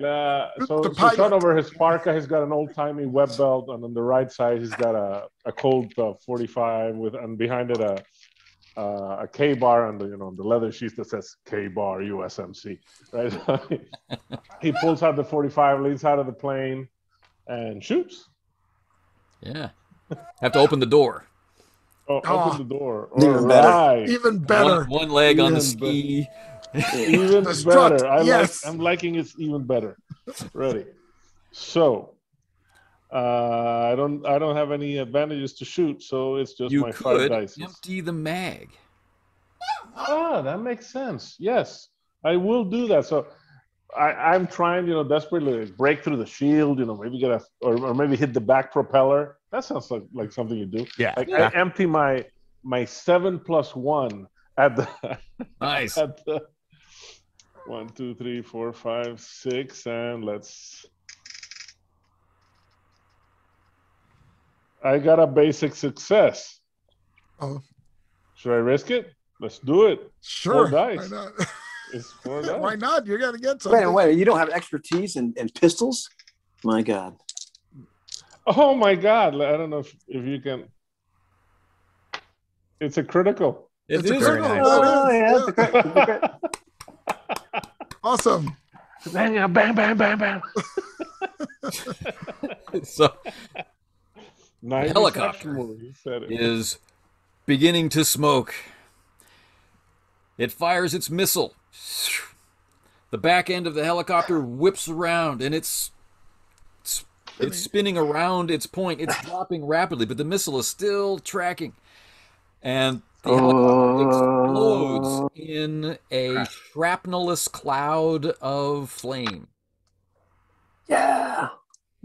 But the missile is still behind us. But the Chase! missile is Chase! still- Yeah. Great. Okay. Here we go. So let's see. So I'm drawing my standard 6 dice. Yep. I believe that's it. I think the expertise only gives me a reroll. Okay. That should be enough. Come on. Could be enough. Mm, How bad can it be? It's a missile. So I'm like, I see the helicopter go down. I'm like, yes. I'm like, What's the worst that could happen? Did you see the missile? Oh, no! Yeah, it's like, yeah, all right, woo! Shoo, son of a gun. And that is that's a critical and a basic. Oh. Man. Nice. So as you're doing maneuvers, the tape deck can't quite keep up, so the tape is alternately speeding up and slowing down and Dopplering. And, Yes. Plane flips on its But that's side, fixed. so Sean falls back on the seat because the gravity, right? So, and door closes behind him, and then Smash into Vicky and Inukshuk. Boom. Okay. Yeah. And with your basic success, we could say that you spot a place to land. Oh yeah, that's how I was going. It's like you're doing that ridiculous flip. The missile goes by, impacts on the mountainside, blows up, and I There's like an avalanche kind of bring us coming in, like just start skiing into this place to land, I like have a as if it feeling was that- just all one smooth action. Because I was on the plane every time. I have a feeling that the guys in the sleds know we're here. yeah, probably. I Maybe. don't know why. Maybe. All right. I'm going to share this image again. This image. Okay. Because you'll notice there's a standing stone structure in the Nice. foreground. Right. Okay. Which are common to this region. They have different designs, but basically you can see an anthropomorphic shape. And this is a false marker that Inuksuk left in case treasure Like hunters this kid. came. Like this kid. Oh. But he reveals to you that it's pointing, right? It's pointing to the left as you look at the picture, and you can see Thor's peak in the background. It's pointing toward the rear of the slope, where he had found the access point to the tomb. He thinks of it as a tomb. You are the man, kid. You're the man. Slap on the back. Yeah. Hopefully, it won't become ours. But Oh, beautiful line. Beautiful line. You can have a bonus luck coin, sir. Nice. Quit being such a pessimist, Sean. All right. So, as I assume you'd like to enter the tomb? Heck yeah. Yes, we would. All right. So with the Nooksuk's help, Can we stop calling it a tomb? Sorry. The cavern. Point of historical interest. The site. I think it's sacrificial chamber. Okay. I elbow chase the tourist trap. That's not helping. It's not helping. So, with the Nooksuk's help, you're able to bypass a lot of the things which would have slowed you down. He was able to prepare you in advance for some of them, snowshoes and the like, and get you into position. And you don't have to look for the access point, and you don't have to do any of those things. He knows right where it is, and so he leads you through this very narrow crack, right, which will be something of a challenge for the very large Sean. All right. What you got to do? So I would like a dexterity check from Sean. Ouch. Sorry, man. That's all right.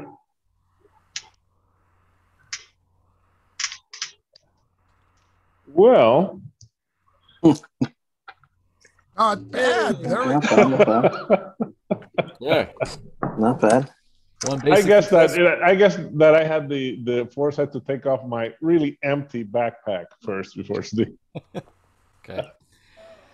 As you finish coming out of the winding crack, this is what Inuksuk found, that the stone had separated. And as you come in to the slightly damaged section of the first chamber, there is that feeling of being among the very first to see something which has lain hidden for centuries.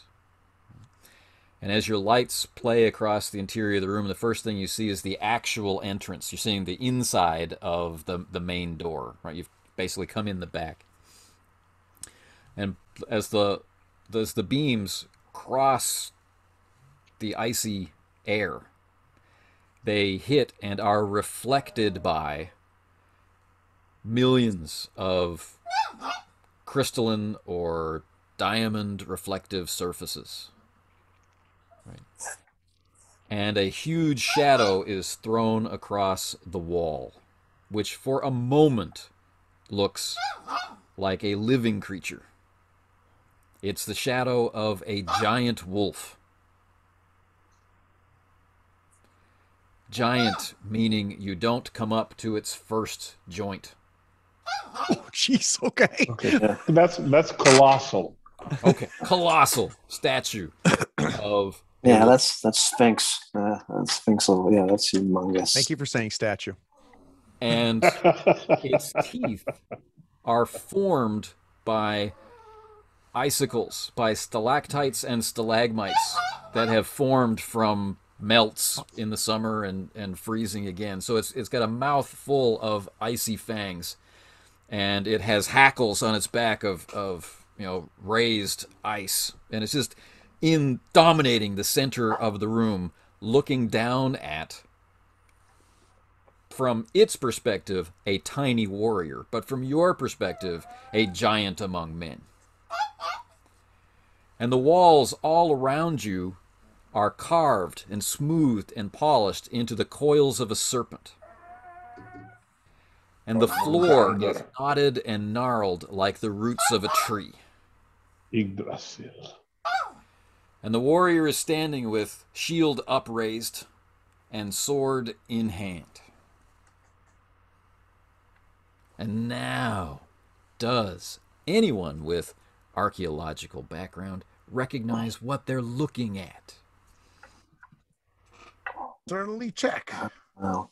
But I'm slapping the Nick Sick on the back. It's like, kid, you're going to be the most famous dude in history.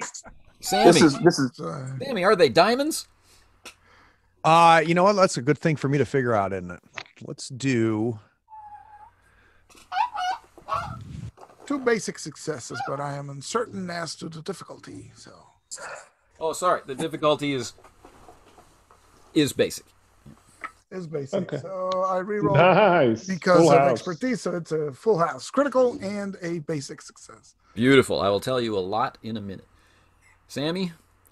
trying to figure out which way I want to go here. Observation. Observation is awesome. Yep. All right. So 4 dice. Yep. Again, it's basic. Yep. I got a critical. 3 4s. Okay. They're not all diamonds. Some of this is ice, and some of this is Baby. crystal. And this isn't really the place where you would find diamonds.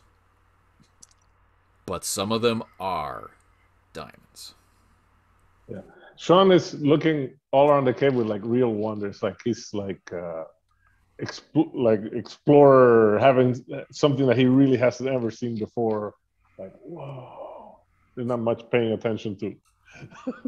And this is just the first chamber. Yeah. Oh, what? So Vicky's looking around, right, trying to determine the archaeological significance of this, but also with that other success, trying to spot, right, ways to move around and, you know, locations of following chambers and stuff like that. Right. Okay. So there is dispute about the accuracy or the validity of some of the early records from this period, right? And when oral tradition became written tradition, right? So maybe someone in the 14th century wrote a supposedly 5th, 6th, or 7th century epic, right? But the imagery here, the specific imagery here, you know, it reminds us of Thor in a sense, and other heroes that we know well. And certainly the location would speak to that, you know, Thor's Peak. But the look of the dress, the style of shield, the style of weapon suggests a group of people known, actually translated into English, as the people of the shield, who had been sent out by their early kings. They'd been sent out into areas to expand their opportunities, their options, right? It's possible they came this far. And what you may be looking at is of a nameless hero who wielded, on behalf of his king, much in the same way that the later epic of Beowulf would talk about Beowulf fighting Grendel. But this hero wielded the sword called Heartbreaker, and a shield translated as Soul Shaker, to defend the world. Man, Vicky, how do you keep all this straight? I mean, because I just imagine Vicky's just saying this out loud. Yeah, as she sees it, she's relating it. Yeah. So let me see that coin, and I kind of look to see if the artiste was trying to represent what kind of like what this guy looked like, his swords and shields. Culturally, they are a match. Yeah. There you go. Okay. So you're in this massive chamber, which by 90s style would be, you know, like a sports stadium for, football, size. Excellent. This is just the right scale. Excellent. Right? The soaring up into shadow, which it gets lost in all the reflected light. But like Inuksuk says, this is just the first chamber. The king. What else is there, man? Chamber. The kings. Well, come on. Did you go to the other chamber? Yeah, is that okay? Yeah, that's fine. Yeah. That's fine. I just want to. I want to know if it's safe to go from here to that other chamber. But seeing that you've already been the canary in this mine, we're good. Yeah, no, he's been here forever. There was a trap, but it didn't work. That's what I was waiting for. Trap.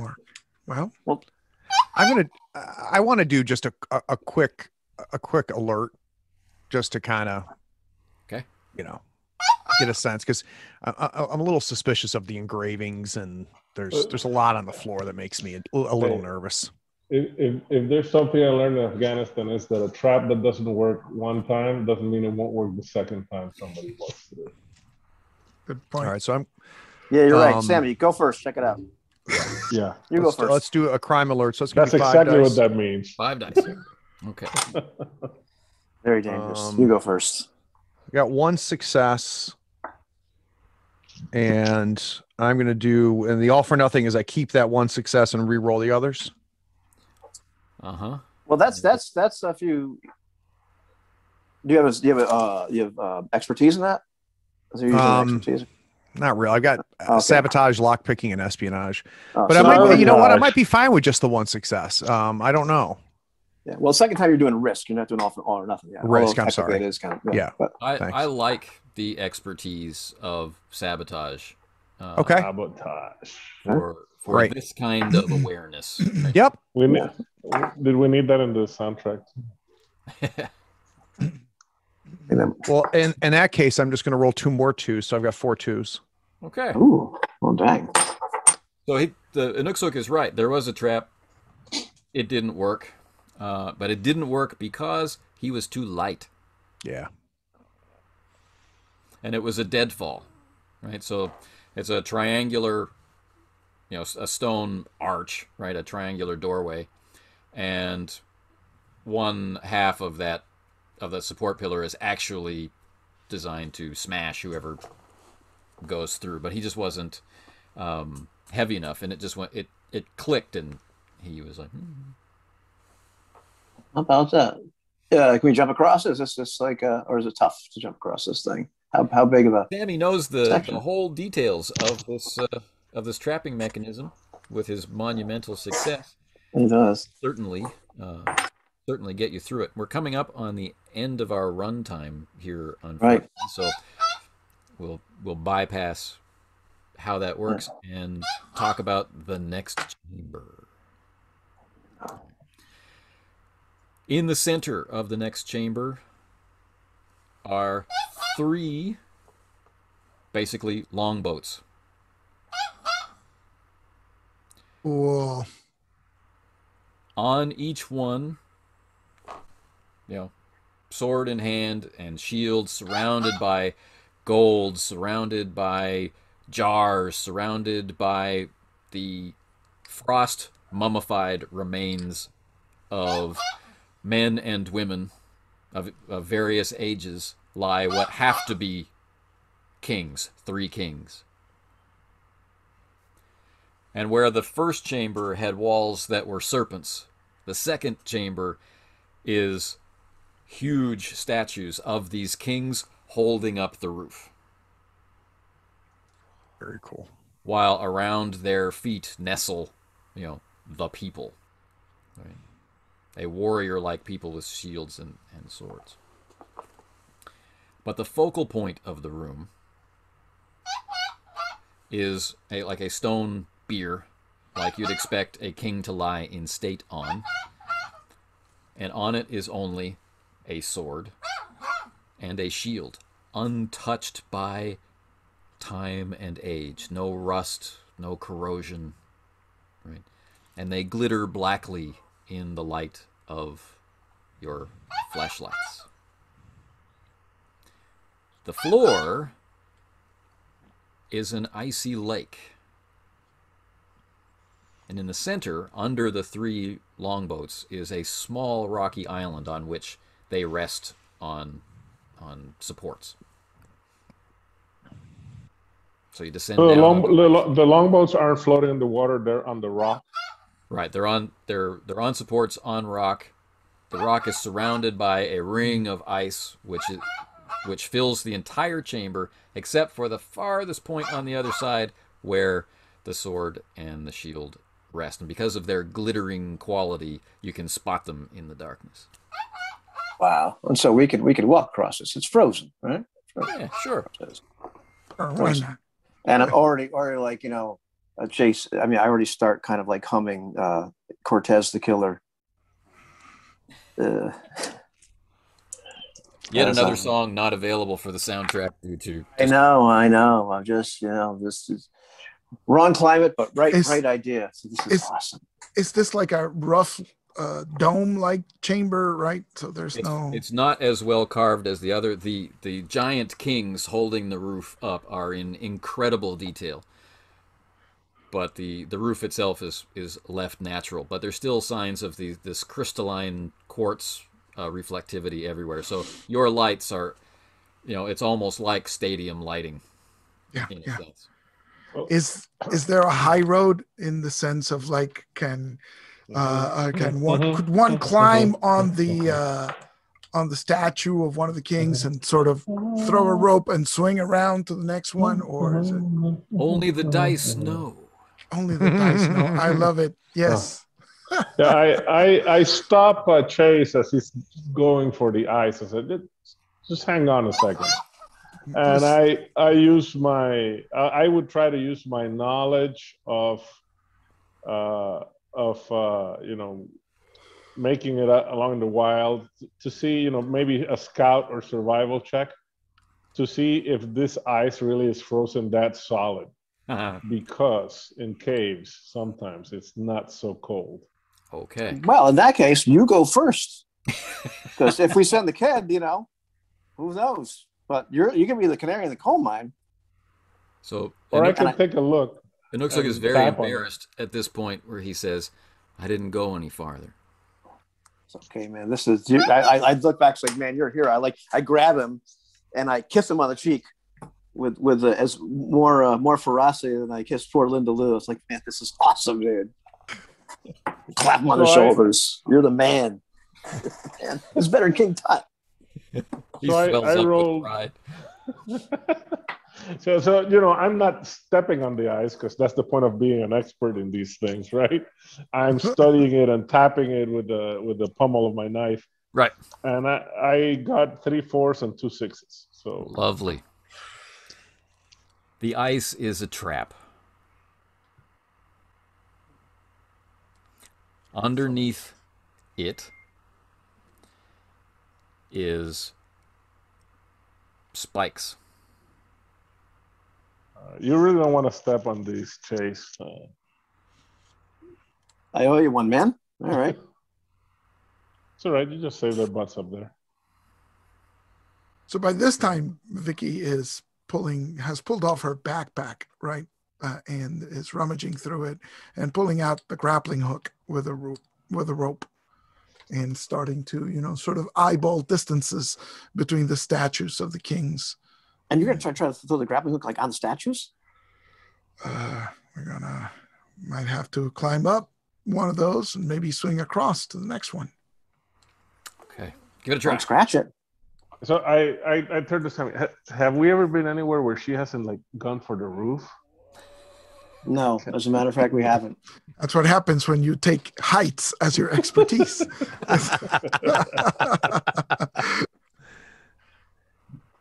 Let the dice speak.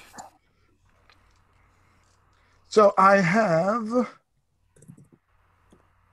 stunt is 5. So here we go. Ooh, that is a critical right off the bat, but she likes heights. So that is an extreme. It's like, see, I do the good roll and I don't have the dice cam on. Come on. Nobody can see. There we go. Just in time for you to change all those to 2s. Yeah. No, that's the reroll with the expertise. All or nothing. No, but all or nothing. All or nothing. Let's save up on that. Yeah. Impossible. So, to bring everything to an end, with Vicky's successful navigation to the other side, she's quickly able to determine that the sword and shield are genuine and are of some unknown material, resistant to all of the environmental factors of this place that should have, eaten them away to nothing. And they are as sharp today as any warrior would have wanted when they were first forged. And glittering in what people erroneously call the blood channel. The fuller, it's called. The fuller, right. Up the center of the blade are implanted delicately rubies and diamonds. Now it's a party. This blade is as long as Vicky's arm from shoulder to wrist. Nice. In the hilt itself, there is a ruby almost the size. It could easily be exaggerated in conversation to be the size of her closed fist. The shield is designed to be functional, and so is not inlaid with this kind of material. But its workmanship and its perfection as an artifact put its value off the chart anyway. Right. But the interesting thing is the grip of the sword and the grips of the shield have been worn as if in use. Sweat stains and sections show the grip, like it has been used in real combat over and over and over again. But the sword is not chipped and the shield is not scratched. See, why didn't we find this in the Mithras game, And so, with these two main treasures and this huge amount of treasure, far too large for the group to carry out in the plane in one go, right? Do you have any closing words?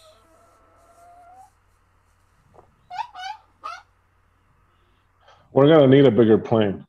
There it is. We fade to dark, exactly, but there is a post-credits scene, atypically for a 90s film. And as we get to the long list of stunt coordinators for the exciting bar scene at the beginning of the film, we cut to an icebreaker, a crimson and black icebreaker forcing its way through the Arctic seas with ice shattering in front of its bow, and a conversation translated into English in Russian aboard the deck. And the captain turns to his first mate and says, as he receives a signal, "Mr. Donovan will not be pleased." Arrival. Russians. Awesome. Arrival was great, guys. Has commie cronies. This ends our first foray into Broken compass. Yeah, I like Compass. I know Craig has to go. And I do have to scoot. I like it. The system's neat. In its own weird way. And Aloy, it reminds me a little bit of Forbidden Lands, the way you kind of take one part and another part to build your dice pool. I like that. It's clever. I'm gonna scoot those. A lot of fun, guys. Yeah. Have fun, Craig. May the force be with you. And also with you. I really like it. And the descriptions and the atmosphere and everything was right on point. It's exactly what I wanted. So, this the right scale, the right description of the tomb. Everything was very on point. Yeah, no, it's good. I'm just waiting for all hell to break loose at this point. So I'm really kind of looking forward to part two. My biggest surprise was that there were spikes under the ice. I swore I would just fall in and freeze. that floor, they're like, oh. Yeah, these people were serious about protecting their stuff. Yeah. Yeah. One thing I was curious Awesome. about was setting up the dangers. Mhm. So putting the characters into a bar fight as the danger because it's a player facing role. Mhm. How did that strike you? Did you have that resistance like, well, my character wouldn't dance or Oh no, that was great. That was No, great. the setup was okay. It was no problem. Yeah, it was great. I think what the first time I read how this worked, I didn't really like it. The second time I read it, I said, this actually might work for what they're shooting for. And then it ran more like the second time than like the first, maybe even better. I think the danger being this one amalgamous thing, and we all roll against it. It's like, and we didn't even really much share the successes. But I'm thinking that if we had all been in a big brawl, and say I had taken damage, but then Chase rolled and he had an extra basic success, you could retroactively say, no, wait, but Chase kicked the guy back at the knee and you only took 2 points instead of one. So exactly. Yeah. So I think it's fantastic for a fast moving game. It's just that you just gotta be mindful and remember that you can retroactively change reality based on the other player's role. Yeah. And I think it's important. Go ahead. Takes getting used to, but I like it. I think for a narrative game, it's crunchy enough on our side. It's one of those that's about the old Grail, right? The Holy Grail. It's like we got plenty of skills, and we got things we're really good at, and our gear does things. But for you, the NPC is a number 3, 5, 1. Please, no 5s. 3, 1, 3. And it's funny that you can keep in mind that it's not D&D, so you can have the danger and everybody has to roll against the same danger. Mm-hmm. And the fact that I overcome it first doesn't mean that it's not there for whoever comes after me, right? So so it's the same thing. So you're still facing the danger. I just managed to overcome it, right? And I have a question. On the rule of threes. Now, does this mean that, for example, we're having a critical brawl, right? We're having a brawl against a critical opponent, and I roll 2 basics. So technically, I can use them to ameliorate and only take 1 point, right? That's what you would do. But then Vicky gets an extra basic she can throw my way. Can I use that basic to turn my 2 into a critical? If it's a danger... For a danger? No, in a danger 3, you can't add them. You're right. For a danger, you can't add them. So, but for challenges, you can, I think. For challenges, you can. So I could use that to take 0 damage, but not to damage them. Right. Though technically, you remember that you cannot really whittle it down to 0, right? That's right. So it's, you always take at least 1 point. But that's the idea. But if I had only 1 damage, okay. Right. That's the idea. And say you had like a critical enemy and a basic enemy together, and you roll, I don't know, a critical only. So you get rid of the critical enemy, right? But you still have to deal with a basic danger. And if I get the basic success that is extra, I can throw it to you, right? And so you can deal with your basic enemy. So it's or danger challenge, a multi-part challenge like a burning bridge, and you're carrying an awkward object, and you have to make a leap. And you've only got 2 of those 3 things covered, right? We narrate up to the part where you can't go anymore, and then someone narrates how they help, right? And I think that's a lot of fun. But I liked it. I loved how that brawl as a danger played out. I think it takes getting used to conceptually, but then once you're playing it and you're describing it, it makes sense. Yeah, at least you were very kind making the 3 basics, because you can see if things were a little bit dicier, and there were a bunch of guys that really bent on killing us, then we could easily be facing, a couple of criticals and, a basic or, an extreme and a critical. And then it becomes a lot more. But that part becomes more initiative like D&D, right? So right. if you roll the extreme success and you wipe them out, maybe we're not hurt, right? So right, but it depends. I mean, you still get the other dangers to face as well. Like if you've got multiple dangers in the set, you're making with one roll. There's this point where like you're just not going to make all of them, or you're going to you have to choose which one do I do. How do I escape this, and do we help each other, and do I right? Well, I like the fact that it's interactive. Luckily that's where luck comes in, right? That's what luck's for. So that's pretty awesome. And I like that luck is not hit points. So you jump from, moving car to moving car, and you fail. Well, you take luck damage. But what that means is that you're lucky enough to maybe hang on to the back of the car, right? So you don't actually eat the asphalt, right? You're just still hanging on to the truck. You're just out of position or whatever it is. And wow, aren't you lucky that, you managed to actually make that? But you're a little less lucky the next time. And the next time, that's what that means. It's not really damage, right? Yeah, I mean, it is in a really very real sense, like what hit points we're supposed to represent. Correct. Or like, and so you're not really getting hit, but you are definitely like getting you're having the Die Hard moments. Exactly. Or the Indiana Jones moments where you're like underneath a freaking Nazi vehicle, like climbing underneath, like, holy crap, I didn't get run over. But so this was a lot of fun for me because I could fire missiles at you. Yes, that was great. And that was a wonderful scene, more than besides Ivan getting the fantastic roles, but more than anything because it really showed us that our competition, is willing to kill for this treasure. Oh, they're serious. Yeah, they're serious. Yeah, I like it. I like it right off the bat that like, here we are, and we're just like this ragtag bunch of people that managed to like, the good graces of a kid. But the competition is serious, and while it's all awesome and like, man, we got here first, and this is a great discovery, they're still in the back of your mind like, when these guys get here, we're screwed. Right, the dog sleds are. We got to figure out like we got to get something out of here, and then and just bank on this stuff is too big. You probably take the shield and the sword, right, and whatever money you can carry, and that's what you get out at first. Yeah.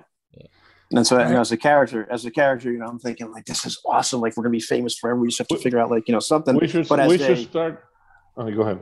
But as a player, I'm going, oh my god, this is all gonna collapse. The whole thing's gonna blow up, and nobody's ever gonna see this.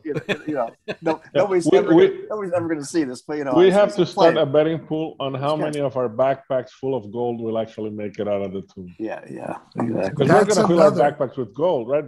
But that's going to be That's going to be our accidents, and that's going to be our penalties. Losing bags full of gold as we. And you can do things like this is a critical challenge, and if you fail, you lose a bag, right? And so if you fail, nothing happens to you. You still complete the action, but the bag fell, and now you don't have it. So it's I really like how it abstracts the whole thing, and that just stacks on top of the genre. Right, which is over the top, Jose with straddling one leg on the pontoon, firing out of the airplane, the plane rolls, he falls back in. It has the ridiculously large cavern with the humongous wolf that how the hell did they build that? We don't talk about that. We don't care about that. Yeah. But it's first rule of broken compass, right? Yeah, and it's funny because I've got this every time we get an info dump. Like I'm like thinking of Vicky just like saying it, out loud. Out loud, of course, which is great because Anthony, you should have seen. I do this info dump for us in our D&D game. He's got this gnome sage, and then the gnome, and who's like ends up like hiring us, or he's already got Valeria's character like in employ, but it's not just the gnome sage; it's this little gnome manservant. And so, like, he actually has some banter between them, and that's like, come on, and Eloy knows, like, I'm doing this massive info dump, and he's doing it in this almost intolerable fashion. He's whipping the map back and forth. Then it's said that it went here, and then rumors said that somebody took the book over here. So he's telling you this stuff. It's an info dump, but he's doing it in this intolerable, manner, and we're able to role play. Like, come on, get to the point. I have to shave, dude. And which was great because so it was. I'm kind of feeling that same sort of thing as Vicky's like, wow. But nobody really knows if they ever made it here. I'm looking around like, Vicky, you don't know. Nobody knows. With a British school teacher accent. Have you seen this? Are you looking around? They made it. They made it here. Right. And I the funny thing with the info dump the other day is like I thought it through beforehand, like a little bit, this goes here, goes there. And I have enough knowledge of the setting where I didn't breathe, no hesitation, right? No, it was boom, boom, boom, boom, boom, boom, boom, boom, boom, boom, and they were like looking at me like, what is he talking about? So I think that added a little bit to the thing. That was awesome. Yeah. Also having fun because I did not roll up my standard stoic warrior. I can be a smart ass. The 90s. Yeah.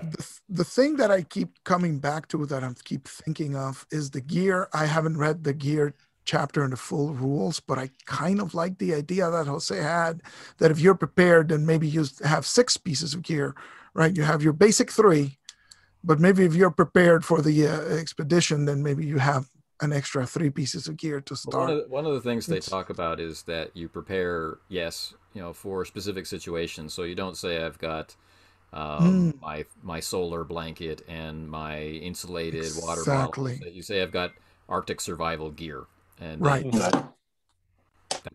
That's part of your gear. Yeah. But did Ivan bring the flashlight? That's the problem. I didn't bring the flashlight. No, I brought those walkie-talkies, and then I brought a pry bar. Cool. Yes. Excellent. Not a full-on crowbar, but a pry bar. A pry bar. Yeah, it's like one of the shorter ones, because they're also really good as clubs, as clubs, correct. But I don't see this guy like carrying a knife. He's got a pistol because you're supposed to have a pistol because polar bears or God knows what or some stupid drunk guy. But he's not he can shoot, but he's not a brawler. He's a hipster. He's a hipster doofus. Flying. He's that kind of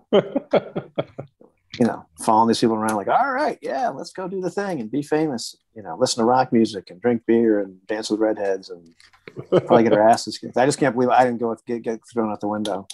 And it's amazing. I was sure it's going to be Chaser Sammy. I was sure it had to be Chaser Sammy. I tried not to think about it. I mean, that's what the dice cool. That's cool. For. And but that was me putting the stakes on the table. Someone's going out the window. So you guys could have said, "That's what I'm doing. I'm throwing the guy out the window," or you could have failed, and I could have tossed you out the window, or what have you. And I was have it be rosy. Yeah.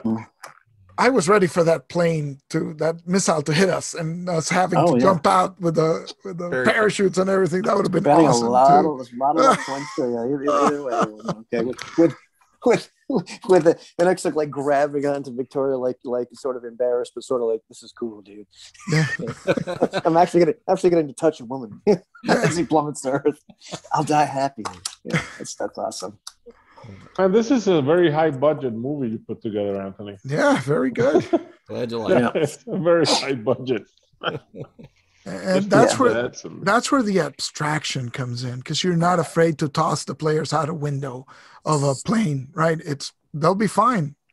Worst thing that can happen is they get to flip their coin at the end and they still survive falling down from a plane, right? And there's so many fun ways to narrate that, like in Temple of Doom, right? They fall down with a raft.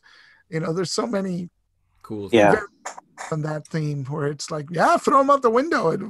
You can't really do that in more concrete systems because then it becomes ridiculously difficult to even, try to come up with a plan to even begin to have the chance to roll something. It's too complicated. This is like, it's an interesting philosophy. Here is the players are going to succeed as long as they have luck. Right. If they fail, it just means that there's a cost to that success. Correct. Or a complication later on. Right. So that's awesome. That was a great point that Jason made a long time ago about like Raiders of the Lost Ark, where like he's like, really, if you watch the movie, he fails constantly. Like at the very end, like there's this success. I mean, he's succeeding at failing. Like he's failing and he's failing. It's the forward, always forward. Always forward. So he's succeeding at avoiding that danger, but he's constantly off balance, which is great. That's kind of not getting the grail. He has the opportunity. Right, he's not getting the Grail. Opportunity to get the Grail. Opportunity to get the Grail. That's out of reach. But he's overcoming the opposition. Yeah. Right. And so that makes kind of stuff is sort of fun. So like, I mean, it's figuring out how to, like, I think, narrate that on both sides of the screen, so to speak. That, you know, this is awesome, this is great. However, you know, or here's a yeah.